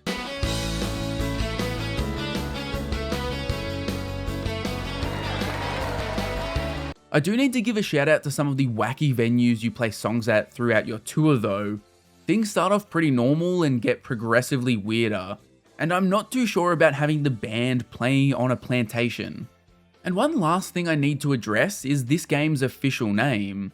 It's kinda neglected nowadays when you look up the game, but the game's official title is Rock University Presents The Naked Brothers Band, the video game. What the hell is Rock University? I could hardly find anything about this label or any use of it for another video game. The one mention I found was in this availability press release from the time that said, Rock University branded games are designed specifically for younger gamers, which sets them apart from other music-themed video games that target more mature players. My assumption is that Rock University was planned to be an ongoing series, although it's not clear if Nickelodeon or Barking Lizards were the owners of this series. If Nick was in charge, it's kinda hard to see where they were going with this, as they didn't have any other applicable shows at the time for a rhythm game. Victorious and Big Time Rush would come eventually, but not until late 2009 and 2010. If Barking Lizards owned the series, maybe they were going to shop it around and do a bunch of different licensed rhythm games, similar to how Rock Band and Guitar Hero ended up doing Beatles or Aerosmith versions. But I honestly don't have too much else to say about this game. It's a fine rhythm game, I guess. It's not amazing, largely because hitting the notes doesn't match up well with the songs, and it's got some occasional jankiness with the control schemes, but outside of the presentation aspects, I didn't find this to be a complete abomination. I certainly don't think it's on the level of the 1s and 2s that reviewers at the time gave it. I've genuinely played dozens of Nick games at this point, and there are far worse than the Naked Brothers Band. It seems like one of the big criticisms was that the game had bad music. I don't care if I'm blinded by nostalgia, Naked Brothers Band has got bangers. Also, I'm not sure that you can ding a rhythm game because you're not a fan of the songs. That stuff is so subjective. In his band, he has the weakest rhythm section ever known in a multi-platinum band. The drummer can't drum, the bass player can't play, the guitar player has one riff. Right. The singer is this utter buffoon. Alright, let's shift gears to the DS version of this game. Unsurprisingly, things are very similar. We've got a rhythm game again, but with some slightly different controls. The game is split into Tour, Music 101, which is just your tutorials for each instrument, and Battle. And then there's also an option to compose your own songs to play, which is kinda crazy for this random DS game. The cutscenes, despite being on a completely different handheld platform, still have that weird style from the home console game. The devs for this game did try to spice up the story though, trying to add some extra drama and motivation. Here we have two obscenely rich brothers. One loves the band and says he'll match all of the money that the band makes on tour and donate it to charity, while the other brother is an S-tier hater and is specifically following the band around to promote other bands he prefers. When you jump into tour mode, you immediately get shown the alternate costumes, which you unlock regularly throughout this mode, with each costume basically being themed to a music genre. And as you start playing, you find that the formula is pretty much the same. You bounce from city to city playing songs. Obviously, playing the instrument was probably going to be tweaked, especially with the addition of touch controls being available in the DS. But the game's biggest change is that you don't stick to one instrument for the whole song. Instead, each section of the song is dedicated to a different instrument. I'd actually liken the gameplay here to something like WarioWare, where you're quickly bouncing from minigame to minigame. It's an interesting idea and actually something I wish the home console version had, considering they didn't use plastic instruments and have that as a focal point of the gameplay. Without the peripherals, this is a much more interesting way to play through the songs. Unfortunately, the DS version does suffer from the instruments being quite similar to play, and the touchscreen stuff is pretty basic. Guitar and cello are essentially the same, just asking you to strum at the correct time. Vocals are kinda interesting because you need to drag the stylus across the screen to match the pitch of the song, while playing drums kinda feels like actually playing drums, where you're having to hit different parts of the kit. But then the keyboard brings it back down, where you're pretty much just hitting red or blue in line with what the game tells you to do. After you play a few songs, you then get what the game calls a band challenge, which is just a singular song.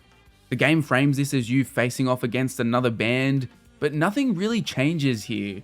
I was really struggling to see what was actually different to playing the other songs in this mode, and as far as I could tell, it actually looks like you can't fail the regular songs, and the only real difference is that when you go to the band challenge, you have this audience meter that can result in you actually failing a song. The band you're facing off against really doesn't play into anything here. This game is super short though. Even with the game cutting back to just 15 songs, which I'm pretty sure was the devs just eliminating the instrumental tracks, I expected the campaign to go for more than 50 minutes. Contributing to this is probably the fact that most of the tracks have had their length shortened as far as I could tell. On the positive side, hitting notes in this game feels way more on beat than the home console version, and while I was expecting the worst in terms of the song's audio quality, it's actually pretty good here. There's obviously a bit of compression, but it's better than I expected on the DS. Honestly, I think these games are probably going to end up in the exact same tier. The home console version is embarrassingly bad in terms of presentation, and for the gameplay, I really wish there was more variety in the instruments and how they played, and it sucks that hitting notes isn't on beat most of the time. But overall, it's not really that bad of an experience. I can't say I was having an awful time, it's mostly pretty inoffensive. For the DS version, I found the play every instrument on the song idea to be pretty cool, but the gameplay being a bit basic and the overall lack of content drags it down. I think I've got to place both of them in D tier, although they're not that far from C tier in my book. A few small tweaks here and there could have had them jumping up a spot.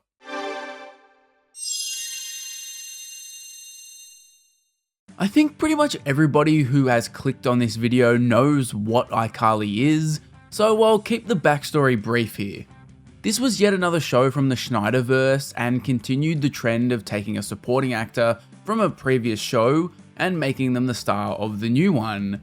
In this case, Miranda Cosgrove was taken from Drake and Josh, and she was made the star of iCarly, also reuniting with Jerry Trainer, who plays her older brother Spencer. The series revolves around Carly, who creates and hosts her own web show called iCarly with her best friends Sam and Freddie. The show's premise is honestly perfect at capturing the online video revolution that was just beginning at the time, and it's somehow still a premise that holds up to this day. It perfectly predicted how much of a phenomenon live streaming and digital content would become. It's especially impressive because the pilot for this was shot in 2007. For context, YouTube had been a thing for just under 2 years at this point, and it was still pretty niche, while Twitch's precursor Justin TV hadn't even launched yet. This definitely isn't something you would expect a mainstream show to be based on at this point in time. The show would run until 2012, receiving 5 seasons, before being revived in 2021 for a 3-season run. For Nickelodeon, iCarly was a ratings powerhouse, with the premiere of the episode I Saved Your Life being the second highest viewed telecast in the channel's history. 3 of the top 10 premieres in Nick history are iCarly episodes, which makes it tied with SpongeBob for the most appearances in the top 10. It's without a doubt Nick's most successful live-action sitcom. Naturally, Nick wanted to merchandise the hell out of it, but we've got the same issue we've constantly been running into. How do you turn this premise into a game? Despite iCarly being insanely popular, they didn't really milk it too much in the gaming space. There were technically 4 games released, although I'd say there's only 3 as the home console and handheld versions of this game we're about to talk about are essentially the exact same thing. The first developer tasked with bringing iCarly to life in a game was Blitz Games, releasing the simply titled iCarly for the Nintendo Wii on October 20, 2009. Notably, this game was published by Activision, who had muscled their way into Nickelodeon game publishing rights after THQ had it in a death grip for basically Nick's entire existence up until this point. When you jump into iCarly, you're immediately hit by something we haven't really seen so far in any TeenNick games: voice acting. To school by a giant ham sandwich? No. Okay, that's just me then. Hey, Carly. Sam? Hi, Freddy. Fredward. Now, that's probably because almost every game has been on a handheld so far, but regardless, it's a big step forward, and it should help these games feel a little bit more authentic. The acting and characters are a huge part of what makes these sitcoms so iconic, and even with great writing, something is lost when you're just reading text, rather than hearing the actors deliver it. You hear the characters over the start screen and get a little introductory story cutscene before you jump into the game, setting up the story of iCarly, which unsurprisingly alludes to Neville trying to concoct an evil plan. I was excited to see this, but it quickly wore off. For starters, the character models, and particularly the portraits they use for these cutscenes, are very hit and miss. Neville in particular looks horrendous. You feel the root. Then the dialogue itself starts to let you down. I found the writing here to be pretty subpar. Like, it's clear the writers have studied iCarly and they're trying to be authentic, but it's just off the mark and it falls into an uncanny valley. The story here actually had no involvement from anybody on the show, as far as I could tell, instead being written by Miles McLeod and Stuart Main. These guys seem to have some sort of working relationship with Nick to write their games, because they both worked on Atlantis Square Pantis together, while McLeod wrote for Tack and the Guardians of Gross. That uncanny valley effect is made even worse by the actors, who really feel like they're phoning it in. The line reads feel so lifeless and devoid of the chaotic energy that was such an important part of iCarly. When you add all of these elements together, it actually ends up being worse than just having unspoken dialogue like the rest of the games have had so far. Thanks, Freddy. Do I get a kiss? No. So what happened, dude? It wasn't my fault, was it? Nah, Spence. But it ain't good news. This was on the backup as well.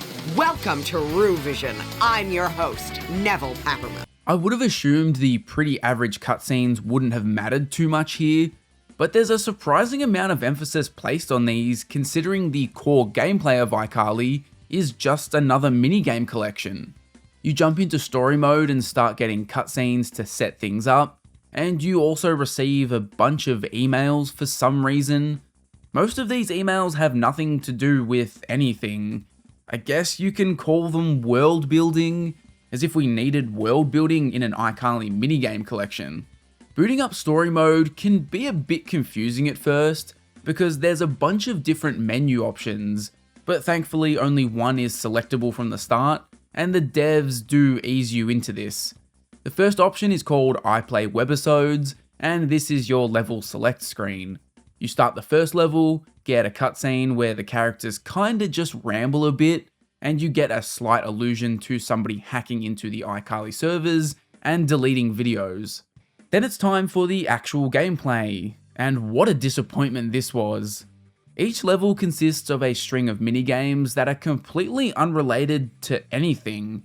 My first minigames involved Spencer balancing plates in the Groovy Smoothie, swatting hands that were attempting to steal slices of pie, and honking a horn at Lubert. You'll quickly notice the rapid pace of most of these minigames.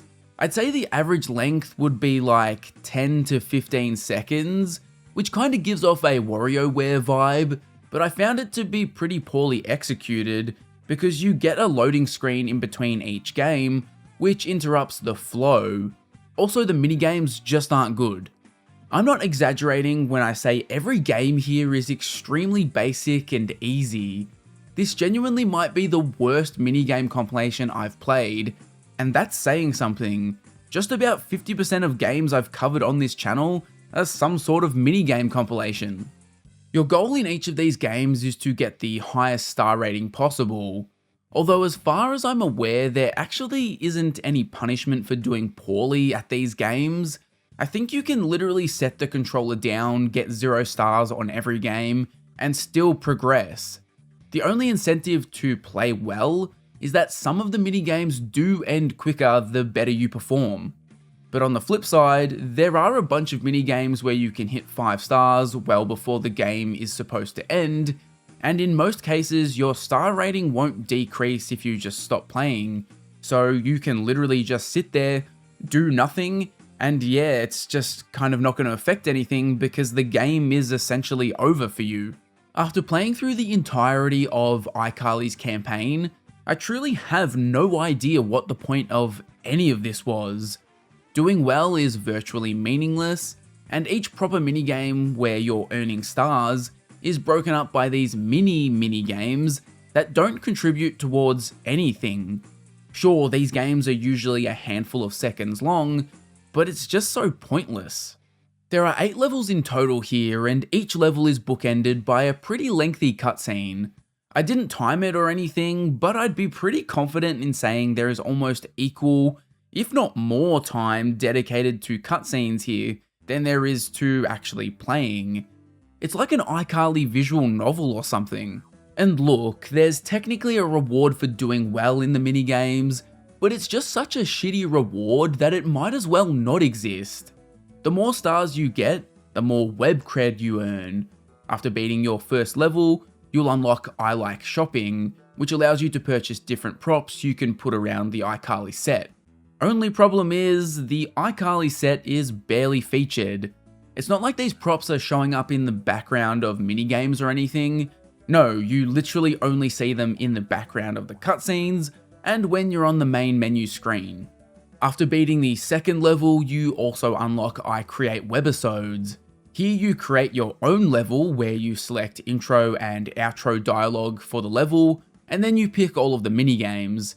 It was here that it became clear that the game was trying to make the minigames be sort of like segments on an episode of iCarly, which is kind of interesting.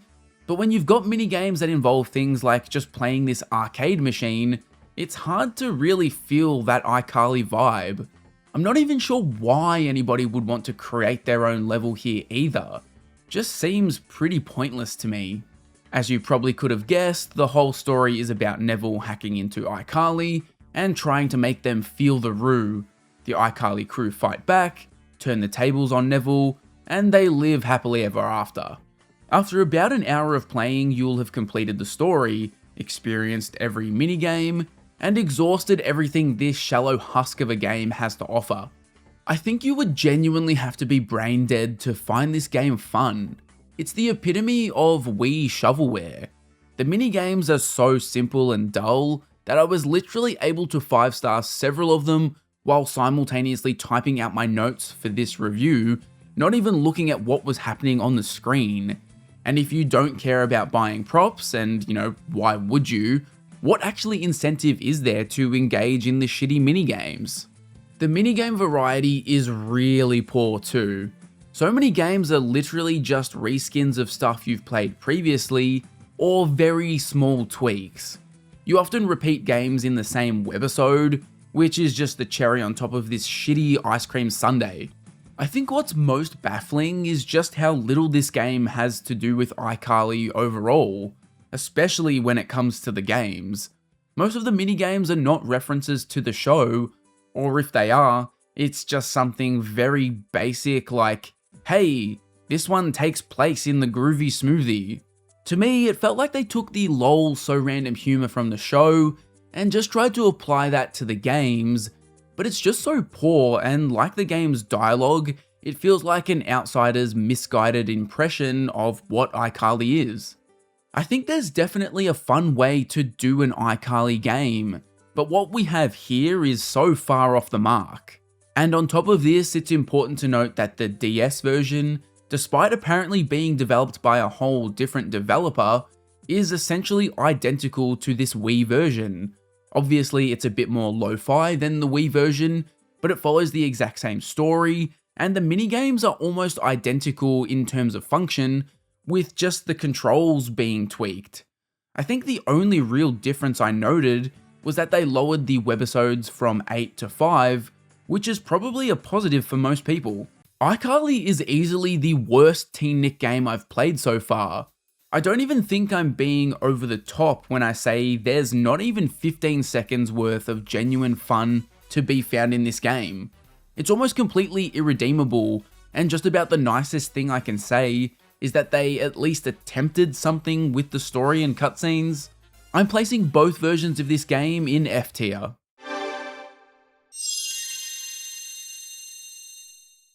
Good lord, this game is terrible.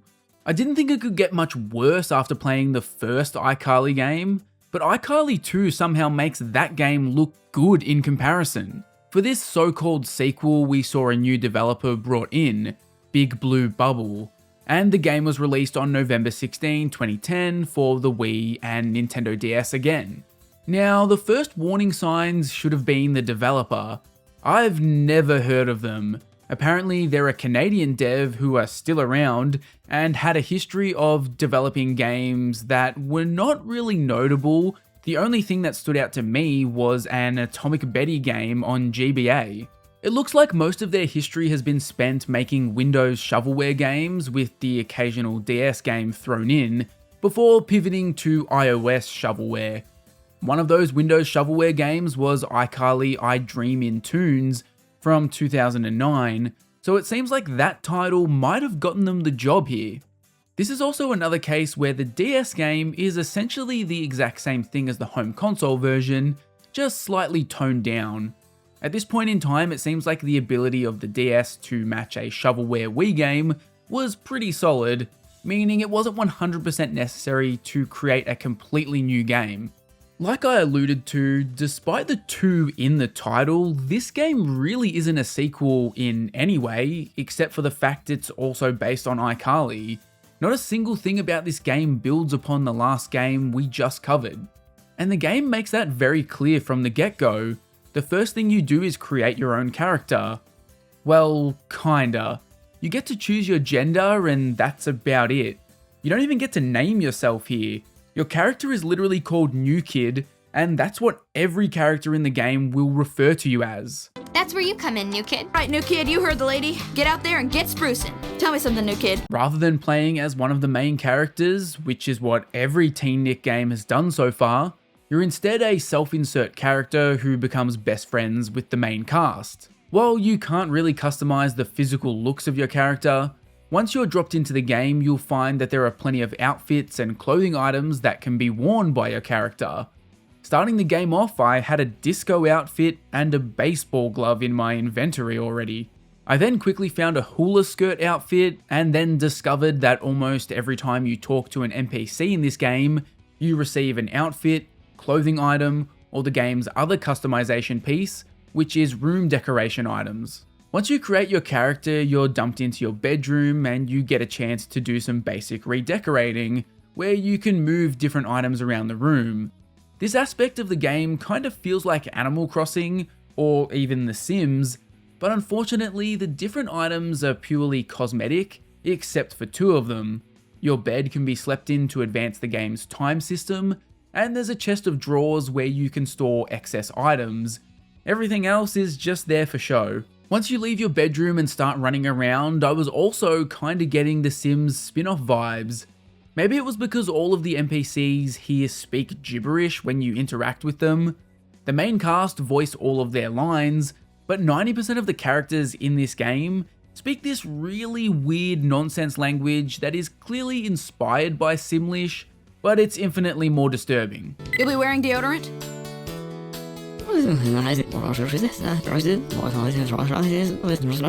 The game's story quickly introduces you to Carly and Sam, who take a liking to you, and after roughly 5 seconds of knowing each other, you get invited to help out with iCarly. One of the only positives I can give to this game is that it feels like the cast have put so much more energy and effort into the voice lines compared to the first game.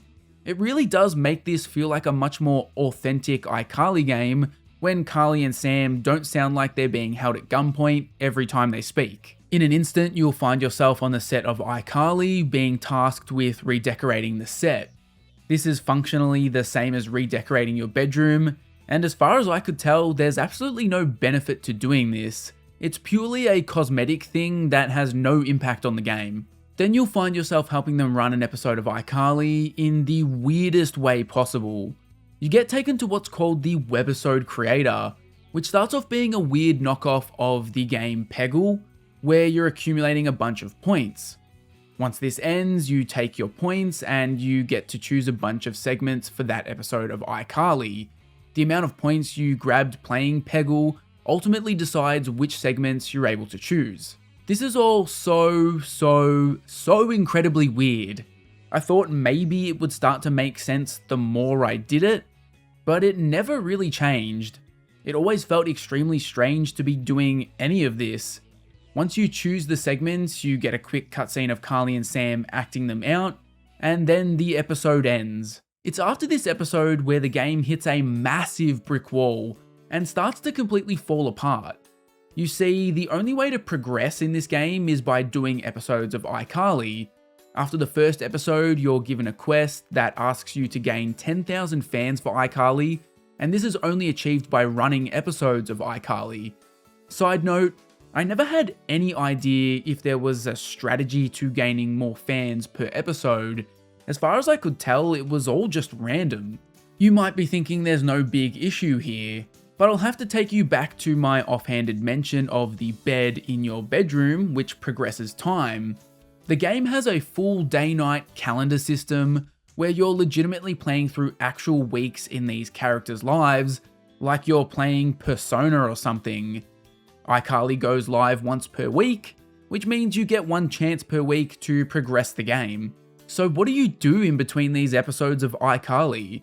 Well, this is where the game slips into that go and do fetch quests around the world style of game that we saw in something like Unfabulous. Each day you'll wake up, go talk to random NPCs, and do very basic quests for them. Why are you doing this? Well, other than killing time, they'll give you furniture, and you also increase this relationship meter. What is the point of this meter? Honestly, I couldn't really tell you. The game has this really half-baked social media system where you can add NPCs that you meet and see all of your relationship levels. But again, I have no idea what point this served, other than to have creepy moments where you'd add adults to your knockoff Facebook and then see them post creepy status updates like, I had a pleasant encounter with the new kid today. To be fair, interacting with the NPCs was fun at first. As a big iCarly fan, I was quickly recognizing a bunch of these NPCs as actual characters from the show. You'll bump into genuine nutjob Trudy Galini or Shelby Marks, and that was kind of fun to see. You'd also get some NPCs doing truly insane things, like this random crump off. I'll crump with you, sweetie pie.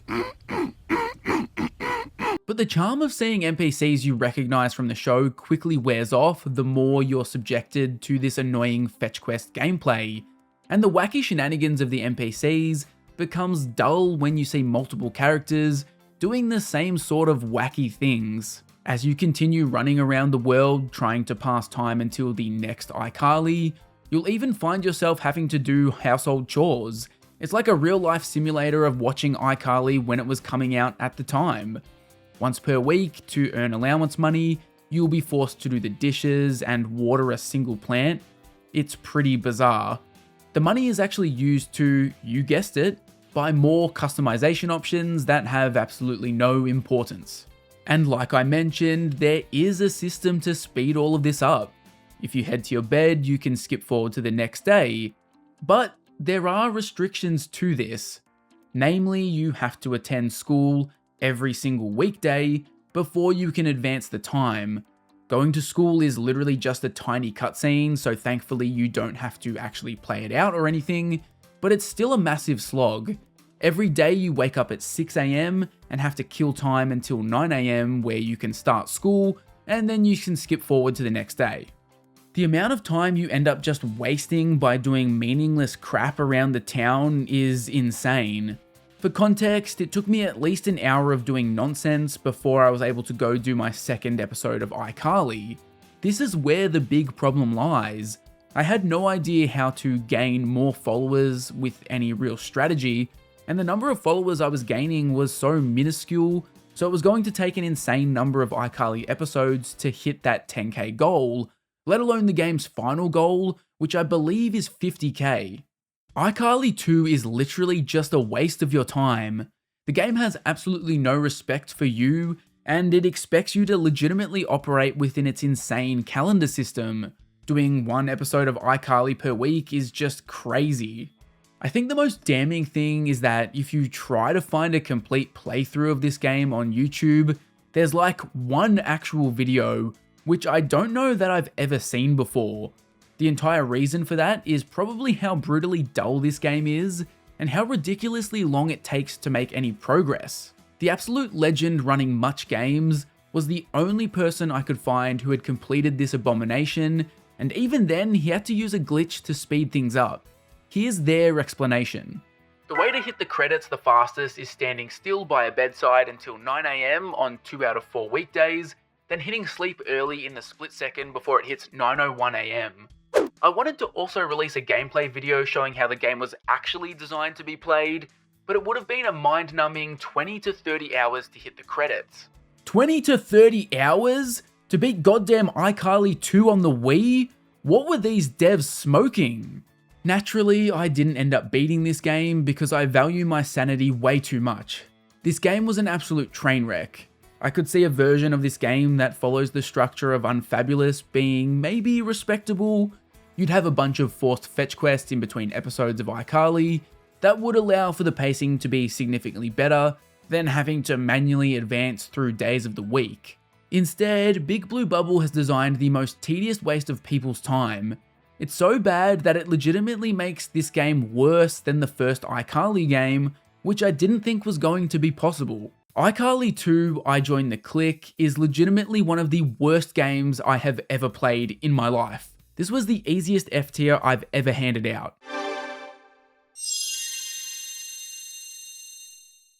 Riding hot after the mega success of iCarly, Victorious was the follow-up show from Schneider's Bakery, this time looking to cash in on some of the success Disney had captured, crossing over into music.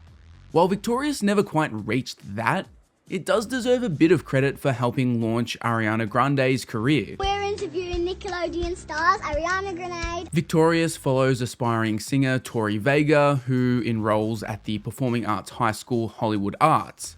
The show mostly centers around her adjusting to her new, weird-as-hell school, navigating the chaos of Hollywood Arts with her fellow students and friends, Andre, Robbie, Jade, Kat, and Beck. It aired from March 27, 2010 to February 2, 2013, running for 4 seasons and 57 episodes, and it even had a crossover special with iCarly, which really put a spotlight on how all of these live-action shows are interconnected. That crossover special would then spawn a spin-off series, Sam and Cat, that took the shared universe even further. Unfortunately, Sam and Cat never received any video game adaptations, and at this point in time, Sam and Cat was the first Schneider's Bakery sitcom to not receive any video games. The first episode, advertised as a sneak preview of the series, aired after the 2010 Kids' Choice Awards on March 27, 2010, to 5.7 million viewers, the second highest premiering live-action Nickelodeon series to that point. Its second episode was advertised as the series' official premiere, and it drew 3.48 million viewers. While its debut was clearly successful, the show would never come close to the heights of iCarly, and its peak was even lower than Big Time Rush. Big Time Rush's highest rated episode captured 6.7 million viewers, making it the 28th highest premiere in channel history, while the highest rated Victorious episode topped out at 6.1, which was the 38th highest. There was also a pretty steep drop in viewers from season 1 and 2 to 3 and 4, falling from around a 6 million average for its premieres in those first couple of seasons, to 3.9 million and 3.6 million in the final 2 seasons. But because no original ideas exist on Nickelodeon and Cartoon Network anymore, and all they seem to produce is nostalgia from previous generations, rather than making actual new ideas for kids, Victorious is returning to screens soon. On February 6, 2025, it was announced that Nickelodeon was developing a Victorious spin-off titled Hollywood Arts. Daniela Monet is set to reprise her role as Trina Vega, and the show will debut on Netflix this year apparently, with further distribution on Nickelodeon and Paramount+. Here you go kids, enjoy a TV show that your parents are nostalgic for. Despite its up and down initial run, Victorious had pretty solid representation in the gaming space. Important to note that chronologically, the next game released based on a Nick live-action sitcom was technically Victorious Time to Shine.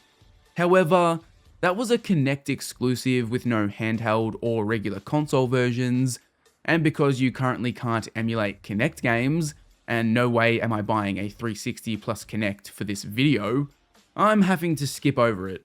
Releasing on the same day as Victoria's Time to Shine as a sort of companion was Victoria's Hollywood Arts debut, which was exclusive to the Nintendo DS and developed by Behavior Interactive, who we've already seen in this video with both of the Drake and Josh games. Booting up Hollywood Arts debut immediately triggered me. You play as the new kid. That's where you come in, new kid. And then immediately get a very ominous "we'll talk soon" from Beck. Fun fact, you don't actually interact with Beck again until like 75% of the way through the game. You then get dumped into a character creator where the music slaps and all of the male hair options make you look like a balding middle-aged man. Outfit customization doesn't have any effect on the gameplay, but with the amount of options you unlock, it's part of the fun. You see, the game has these stars just sitting out in the overworld that you can collect. Collect enough of them and the game rewards you with more clothing. You also get stars from performing better in the various minigames. Yes, this game is just another collection of minigames. Visually, I thought the character likenesses were pretty good, most of the time. There are moments where they occasionally look like their faces are melting, but overall it's pretty easy to pick out which character is supposed to be on screen. I think the worst of the bunch is probably Trina, but everybody outside of her was respectable enough. Hollywood Arts debut is broken up into an episodic structure.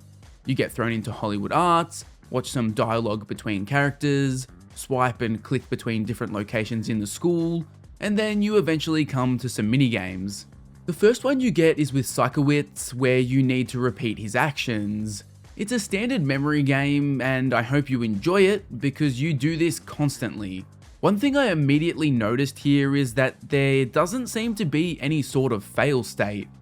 You're welcome to literally not even engage with the minigames, and you don't get any punishment outside of getting less stars and consequently having less outfit customization. The next minigame I got asked me to customize my own locker, which was kinda cool because a big thing at Hollywood Arts in the show is that every student has their own personalized locker. Unfortunately, calling this a minigame is a bit of a stretch, and you also do this minigame constantly. Essentially, this one acts as a tutorial where it guides you through the customization, and in future instances, you're given a reference image you need to copy. After the first episode is done and the game has basically concluded its tutorial, where the new kid has settled into Hollywood Arts, the game just starts recreating episodes of the show for pretty much the rest of the game. You basically get taken through season 1 of the show, playing through stuff like the bird scene and the birth week song. A lot of the time, it's literally just a one-to-one recreation of what happened in that episode, but with a random new kid being present, while other times the new kid does step in and replaces Tori's role in the episode. This game lives in this weird timeline where Tori has been at the school for some time, so she doesn't need to go through something like the bird scene again, but also most of the events of the show haven't happened yet. Recreating season 1 does mean we get to see Tori smack the shit out of Jade in Nintendo DS form though. Other minigames you encounter include a version of Guitar Hero that is surprisingly better than anything in the Naked Brothers band, and messing up actually affects how the song sounds. You do this one quite a lot too, but because you're playing different songs each time, it actually doesn't feel repetitive. You get this pretty basic Diner Dash type game where you work at the food truck and need to cook and serve the correct food based on customer orders. Very basic, and the length of this game is way too long. Then there was a dance mini game where you tap buttons to the beat and slide your stylus along a track to match the movement. The problem with this game is that all of the mini games are so basic, and there are so few minigames that you just end up doing the same stuff over and over again. And outside of the minigames, there isn't anything interesting going on here. The game literally guides you from room to room with gigantic flashing arrows, so there's no exploration of the school or anything like that here. It makes the game kind of pointless, especially paired with the fact that you can't fail minigames. It's genuinely like this game is playing itself. I guess the most positive thing I can say is the background music is nice, because it's instrumental versions of songs from the show. I don't know, I'm grasping at straws here to come up with something interesting about this game. It's a bit weird because Hollywood Art's debut isn't egregiously bad. It didn't have me pulling my hair out like some of these other TeenNick games, but it completely lacks any soul. They were so clearly trying to get this game out the door as quickly as possible. The story is just repeating stuff word for word from the show, and there's less than a handful of minigames. You're guided from room to room at all times, making me question why you're even doing any of this. You can't actually explore Hollywood Arts, so why didn't they just run cutscenes broken up by minigames and remove the clicking from room to room altogether? It's just pointless. I also had something happen with this game I have never seen before. Periodically the touchscreen would just stop working, and at one point the game fully crashed my DS emulator. Real cursed vibes coming from this game. Instead of playing this game, you should just go and watch Season 1 again. Definitely another D tier here. So we finally come to the end of iCarly's brief run in the video game space. Released on June 12, 2012, roughly 5 months before the show would air its final episode, iCarly Groovy Foodie is a bit of a low-key way to say goodbye to the franchise. Whenever you look up iCarly games online, this is the release that kinda gets pushed to the side, easily overshadowed by the first 2 games, likely due to them being released on the Wii. Here, Groovy Foodie was made exclusively for the DS, and developed by WayForward, which gives it some promise. I've reviewed so many WayForward games on this channel, some that are really good, and some that are absolute dog shit. Immediately, this game starts off with a bit of a batshit insane premise. Carly and Sam get into trouble with the law, and for some reason their community service punishment requires them to serve food. All of this setup is a completely unnecessary way to say we've got a sort of Diner Dash style game, where Sam cooks the food that customers want, and Carly delivers the orders. Before I jump into the gameplay, I just have to say that I'm a big fan of the stylized art direction they went with for the characters.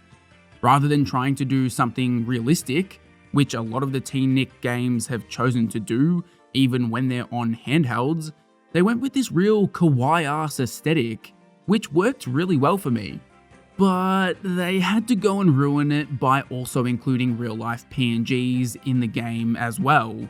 Why the hell am I seeing realistic Freddy pop up in the same game as these stylized versions?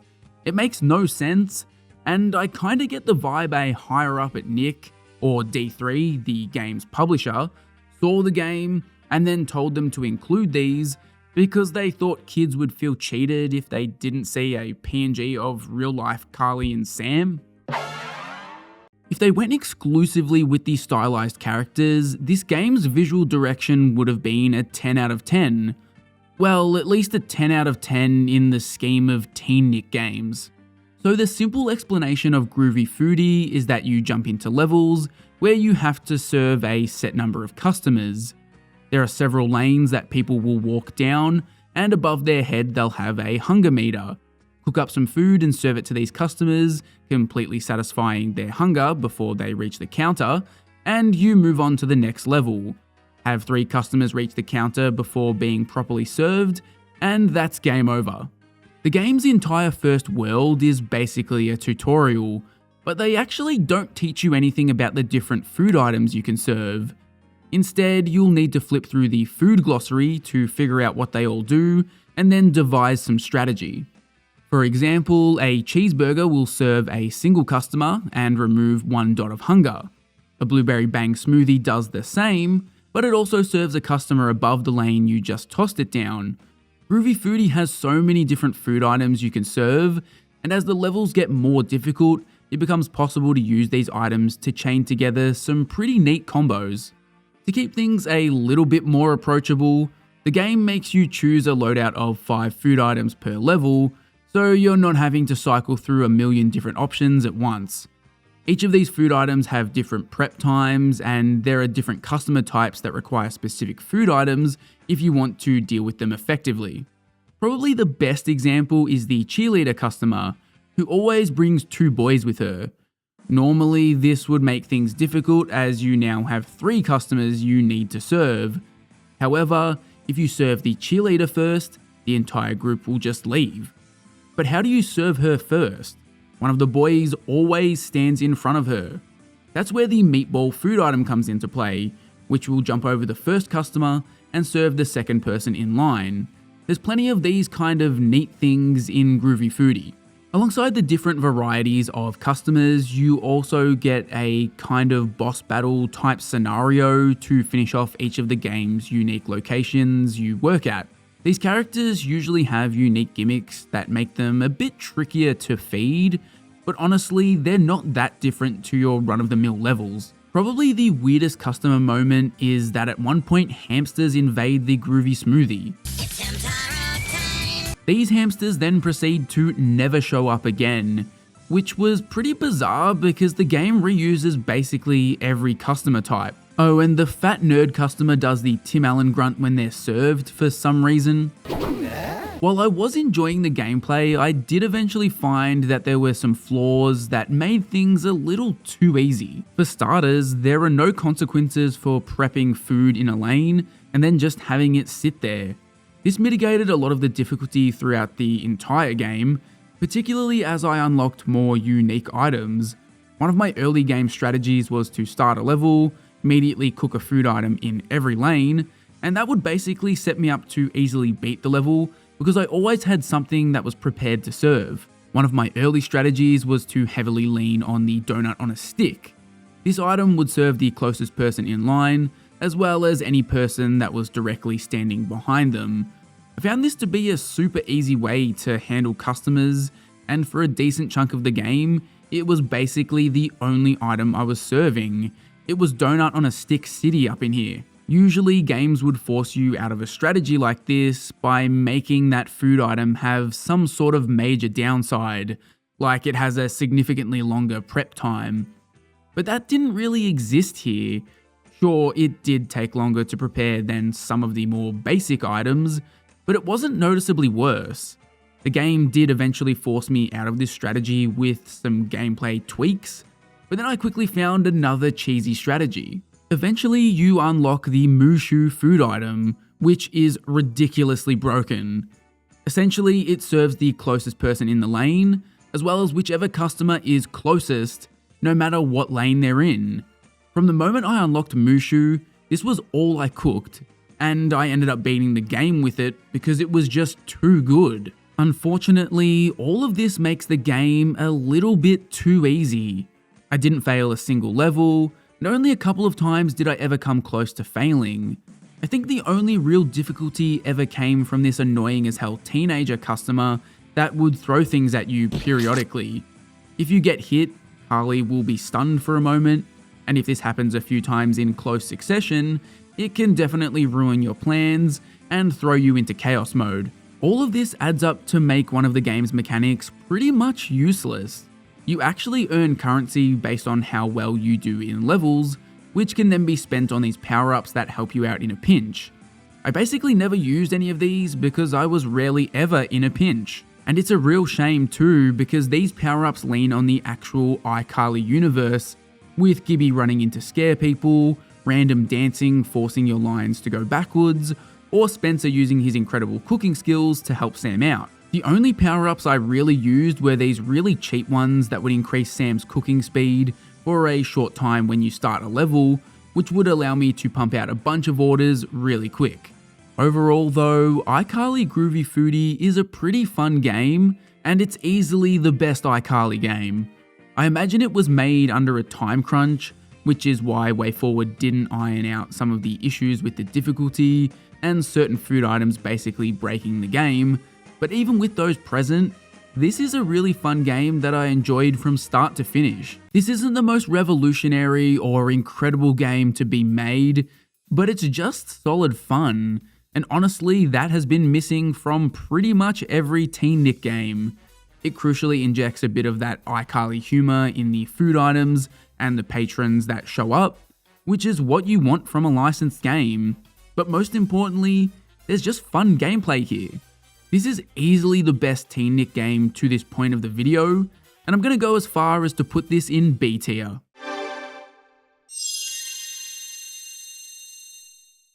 Big Time Rush was low-key one of my favourite shows in high school. I say low-key because I had to keep this a secret, so I wasn't bullied relentlessly. The show had great comedy, it basically felt like a successor to Ned's Declassified, and for good reason, and it also didn't hurt that I found their music catchy as hell. The show was created by Scott Fellows, who you probably know as the creator of Ned's Declassified, hence the feeling of Big Time Rush being a successor, and he also did Johnny Test. The dude had some serious hits in the 2000s. If you're not aware, the series follows the adventures of 4 hockey players from Minnesota who suddenly get sent to Hollywood to form a boy band. The series premiered with an hour-long pilot episode called Big Time Audition on November 28, 2009, with its official debut episode premiering on January 18, 2010. The show would then run for 4 seasons, with 74 episodes in total, as well as a TV movie in 2012. With the boy band premise, just like Victorious, Nick was looking for their crossover into music, and they kind of got it here. Big Time Rush are an actual band outside of the show, and their debut album actually hit number 3 on the Billboard charts, eventually going on to be certified platinum. They'd end up having 3 top 40 hits, and they even opened for Justin Bieber at one point, and they're still making music together to this day.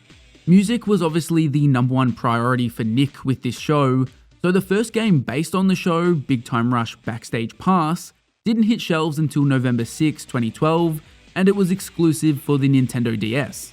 Backstage Pass was developed by Black Lantern Studios, who, like most of the devs that appear in my videos, made a career out of licensed games. Most notably, I've covered them previously for Ben 10 Alien Force The Rise of Hex, and Nicktoons MLB.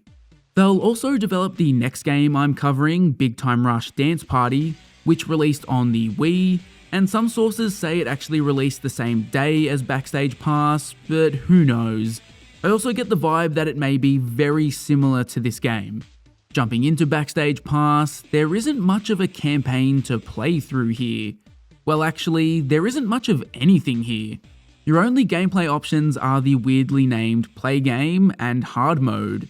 Selecting Play Game takes you to a song select screen with 2 options unlocked: Big Night and I Know You Know.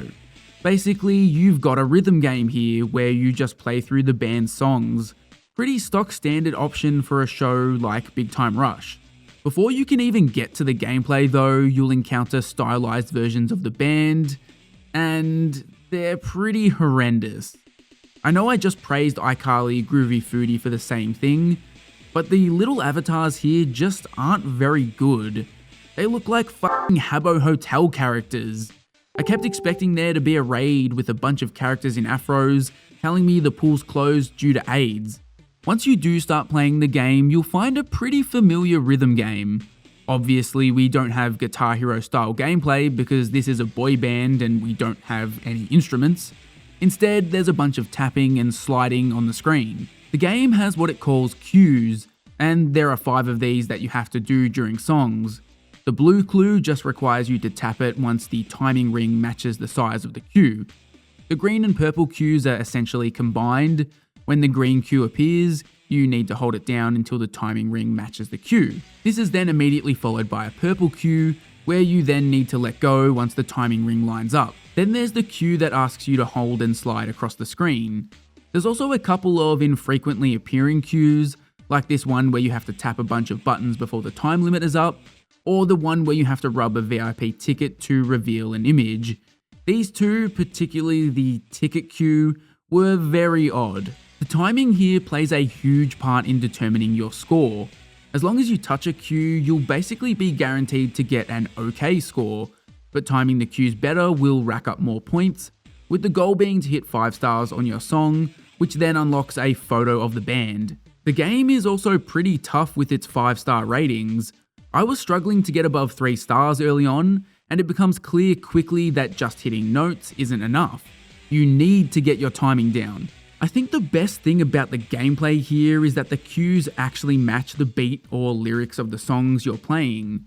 The other rhythm games I've played so far for TeenNick have been pretty lackluster here, but Backstage Pass actually feels right. You can actually get into a rhythm here, and if you know the songs like me, a true dedicated rusher, you can do pretty well on the songs without having ever played them before, just because you can kinda guess where things are going. Song audio quality is pretty good too. I was worried about this, but the quality isn't compressed too much, and all of the songs are pleasant to listen along to, although I have the displeasure of reporting that Snoop Dogg is absent from this game's version of Boyfriend. So yeah, there's not too much more to say about the gameplay. There are small little background touches, and I mean that quite literally, where the background on both the top and bottom screens change throughout the song. I found this to be kinda neat. You're obviously not spending a whole lot of time looking at these because you're locked in on the rhythm stuff, but it's nice that they didn't just go with something static. Although I would have liked maybe something a touch more elaborate happening on the top screen. The structure of the so-called campaign has you playing 2 songs per location. You start off at Rock Records and will progress to some familiar locations like the Palm Woods. In between these locations, you get a short one-screen text exchange that goes by so fast that you can hardly read them in time. But as I said, there's very little content here. You only have 8 songs to play through, which is ludicrous considering how much music the band had released at this point. It took me less than an hour to play through all of them on the normal difficulty, which then unlocked hard mode. Funnily enough, it feels like the actual game unlocks with hard mode. Here, the songs feel more on beat because they shorten the window in which you're able to hit a cue dramatically. There were a lot of times in the easier mode where I was kind of thrown off because the cue you're hitting pops up so quickly. On hard mode, you really get into a rhythm, which was backed up by the fact that I 5-starred the first 3 songs I played. But still, even with the better gameplay on hard mode, there's just not much on offer here. I guess they intended the gameplay loop to be focused on trying to nail 5 stars on all songs, but even that wouldn't take you very long. Having said that, this is still the best TeenNick rhythm game so far, and I had a blast with my very short time playing Big Time Rush Backstage Pass. While it's pretty simple and very short and lacking in content, I can't say that I had anything other than a great time with Backstage Pass, which is a massive step up over most TeenNick games. This one has to join Groovy Foodie in B tier.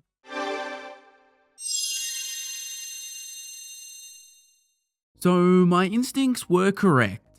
Dance Party is very similar to Backstage Pass, essentially acting as a slightly flashier version of the DS game, which shouldn't be a surprise because it was developed by the same dev. That's usually a dead giveaway. And because of this, most of the stuff I covered in the previous ranking applies here. But the actual gameplay is quite different, so I think it deserves its own ranking. Jumping into Dance Party, you've got free play and the poorly named career mode. How dare they imply that there's some sort of narrative or even any depth going on in this mode? Just like Backstage Pass, you're simply playing through all of the Big Time Rush songs available in the game, with no sort of narrative here. The one cool additional feature in Dance Party is that 4 players can play the career mode. Wait a minute, is that cool? Career mode is literally no different to free play. In fact, it's kind of worse because you don't get to select which songs you're playing. So you jump into career mode and immediately the BTR boys are just hitting this shit. Oh, and there's this weird as hell narrator who butts in every time you switch locations. I have no idea who this is supposed to be. I guess it's an OC character for the game. With Gustavo busy planning the tour schedule, he decides to send the dogs back to their apartment to practice for the tour. To the Palm Woods! The game then just drops you into the first song of the mode without any tutorial. It literally just expects you to figure out what the hell you're doing on the fly. This is where you'll discover that this is less of a traditional rhythm game and more of a Just Dance clone where you're still doing things to the beat of the song, but you need to do specific gestures rather than hitting buttons. This kind of game makes sense for attaching the Big Time Rush brand to, but by late 2012 there were already like a million Just Dance games which do this gimmick way better. So they're pretty late to the party if they wanted to jump in on that cash cow. The Big Time Rush theme song and Halfway There were actually initially planned to be featured in the 2011 game Just Dance Kids 2. The songs appear in the beta version of the game, but were replaced in the final release. Based on the timeline of things, I'm gonna assume they were replaced because Nickelodeon decided they wanted to do their own version of a Just Dance game with the BTR license. So you're dropped into the first song, and immediately they've got me waggling my arms around like a psycho. This is truly the future that Iwata and Miyamoto envisioned with the Wii.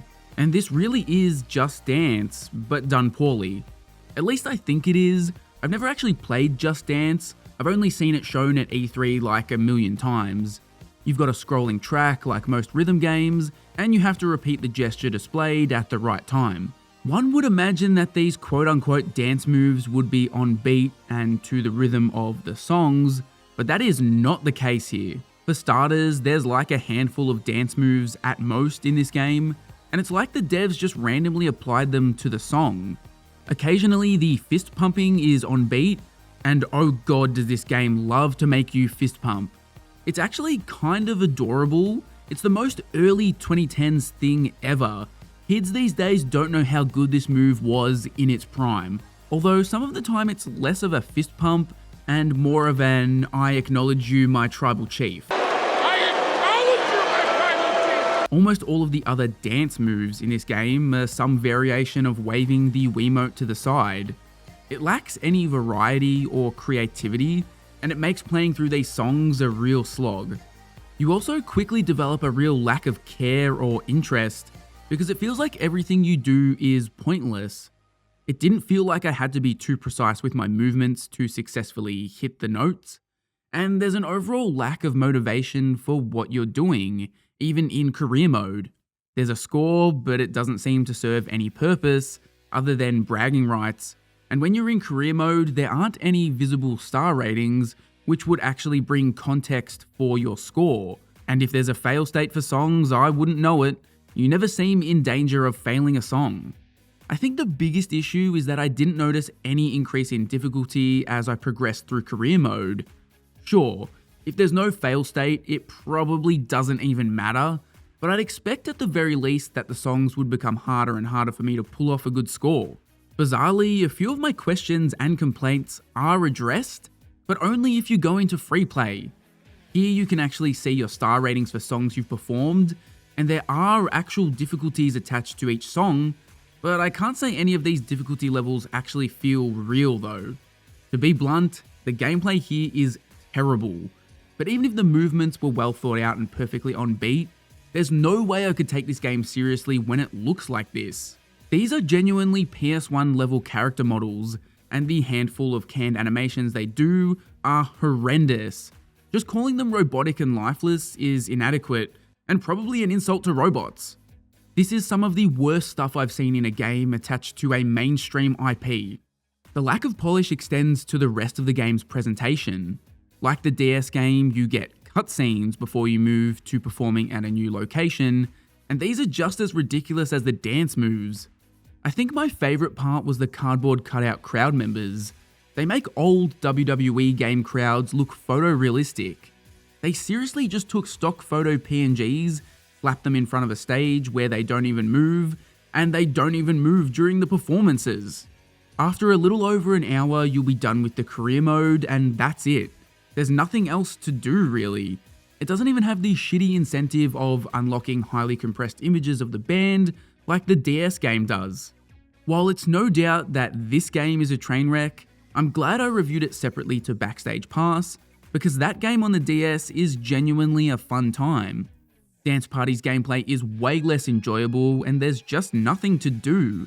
The only advantage it has over the DS release is that it has significantly more songs, 16 in total. But having more content is not exactly a huge selling point when that content is bad. This one is terrible. While the shitty animations are kind of funny, they're funny for like 5 minutes, and then the game is just a slog. I wouldn't recommend playing this for any reason, so I'm gonna have to knock it down to F tier.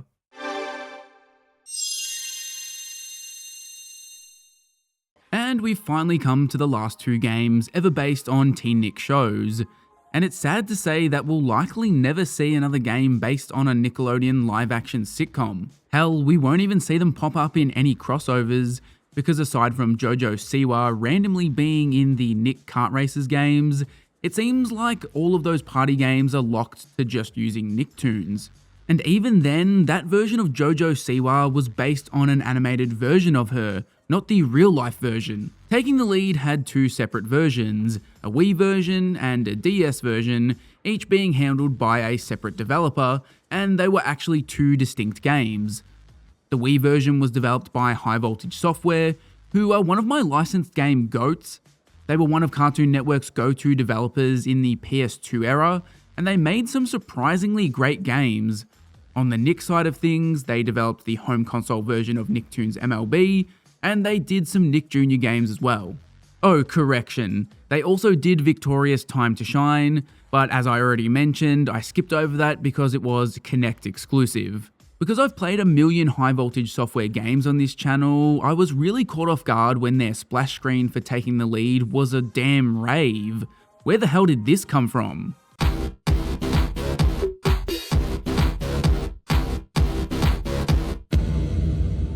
Once you've finished pinging out of your damn mind, you get dropped into a point-and-click adventure game set in the world of Victorious.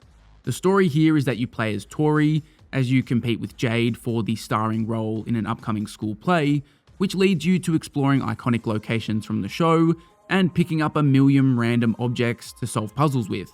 The most refreshing thing to see here is that they put serious effort into the story. Not only is there an actual story here, but the tone and vibe is identical to the actual show. It is so authentic and true to the characters that I could easily envision everything happening in this game actually taking place during an episode of the show. I'd go as far as to describe this game as like a full-length season of the show with an actual overarching narrative.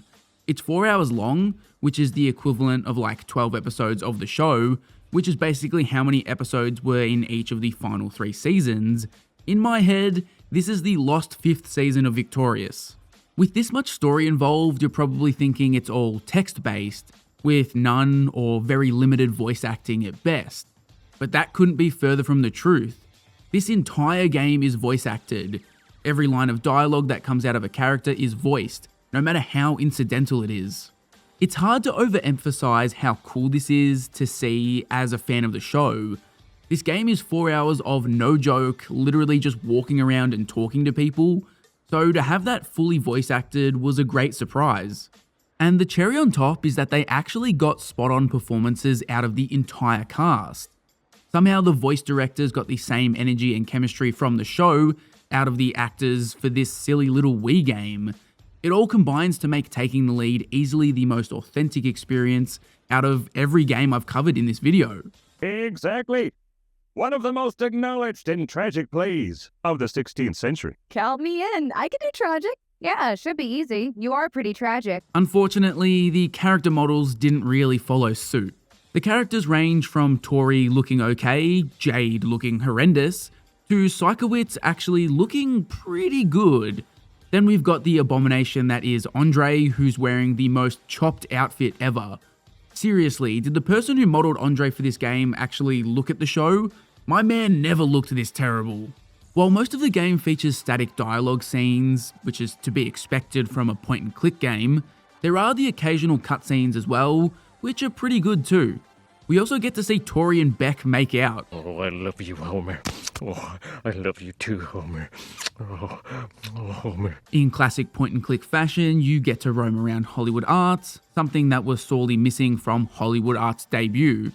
There are a bunch of locations in the school you'll be exploring, as well as a couple of other areas like Tori's house or Karaoke Doki. I've covered a few point-and-click adventure games on the channel, and I've always been upfront about how I don't really love the obtuse nature of a lot of the games in this genre. The stereotypical combine this paperclip and hair comb to solve the puzzle type gameplay just feels tedious to me. So much of the gameplay in a lot of point-and-click games just boils down to brute forcing everything. You click on every object and you combine everything in your inventory until you randomly solve a puzzle. Whether it was great design from High Voltage or purely because this game is aimed at younger kids, taking the lead's puzzles are all extremely logical.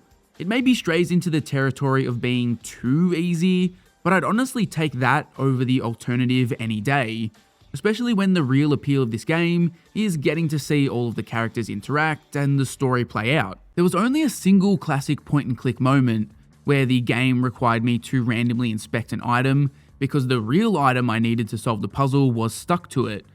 Absolutely nothing in the game hints towards this, and it perfectly encapsulates why this genre infuriates me most of the time. Considering it only really happens once in the entire game, I'd like to think this was the devs poking fun at the genre. Outside of playing through the game's main story, there are also technically side quests. Occasionally, characters will pop up with a problem they need solved that has nothing to do with Tori trying to star in the school play. I solved most of these on accident, and the game never really enticed me to seek them out because your only reward seems to be wallpapers for your school locker, which is such an irrelevant reward. Speaking of irrelevant, there's also a version of the show's The Slap social media. This kinda acts as a sort of hint system because each of the characters updates their statuses. Occasionally, this can point you in the right direction for solving a puzzle, or it'll let you know the exact location of a character, but for the most part I just ignored this because everything in this game is so logical and straightforward. To, I guess, try and keep younger audiences engaged in this point-and-click adventure, High Voltage also included these random as hell rhythm games at the end of each level. Now, on the surface, rhythm game sections shouldn't be random in a victorious game, but what they do here is truly bizarre. Instead of actually tying into the story, these almost always have the last character you speak to in the level saying something like, "Hey Tori, do you want to watch me do this super f***ing weird thing?" The first one you get is this insane section where Psychowitz is meditating, and is followed up by an equally insane section with Trina. And then for good measure, Sinjin hits the moonwalk at the end of his rhythm section.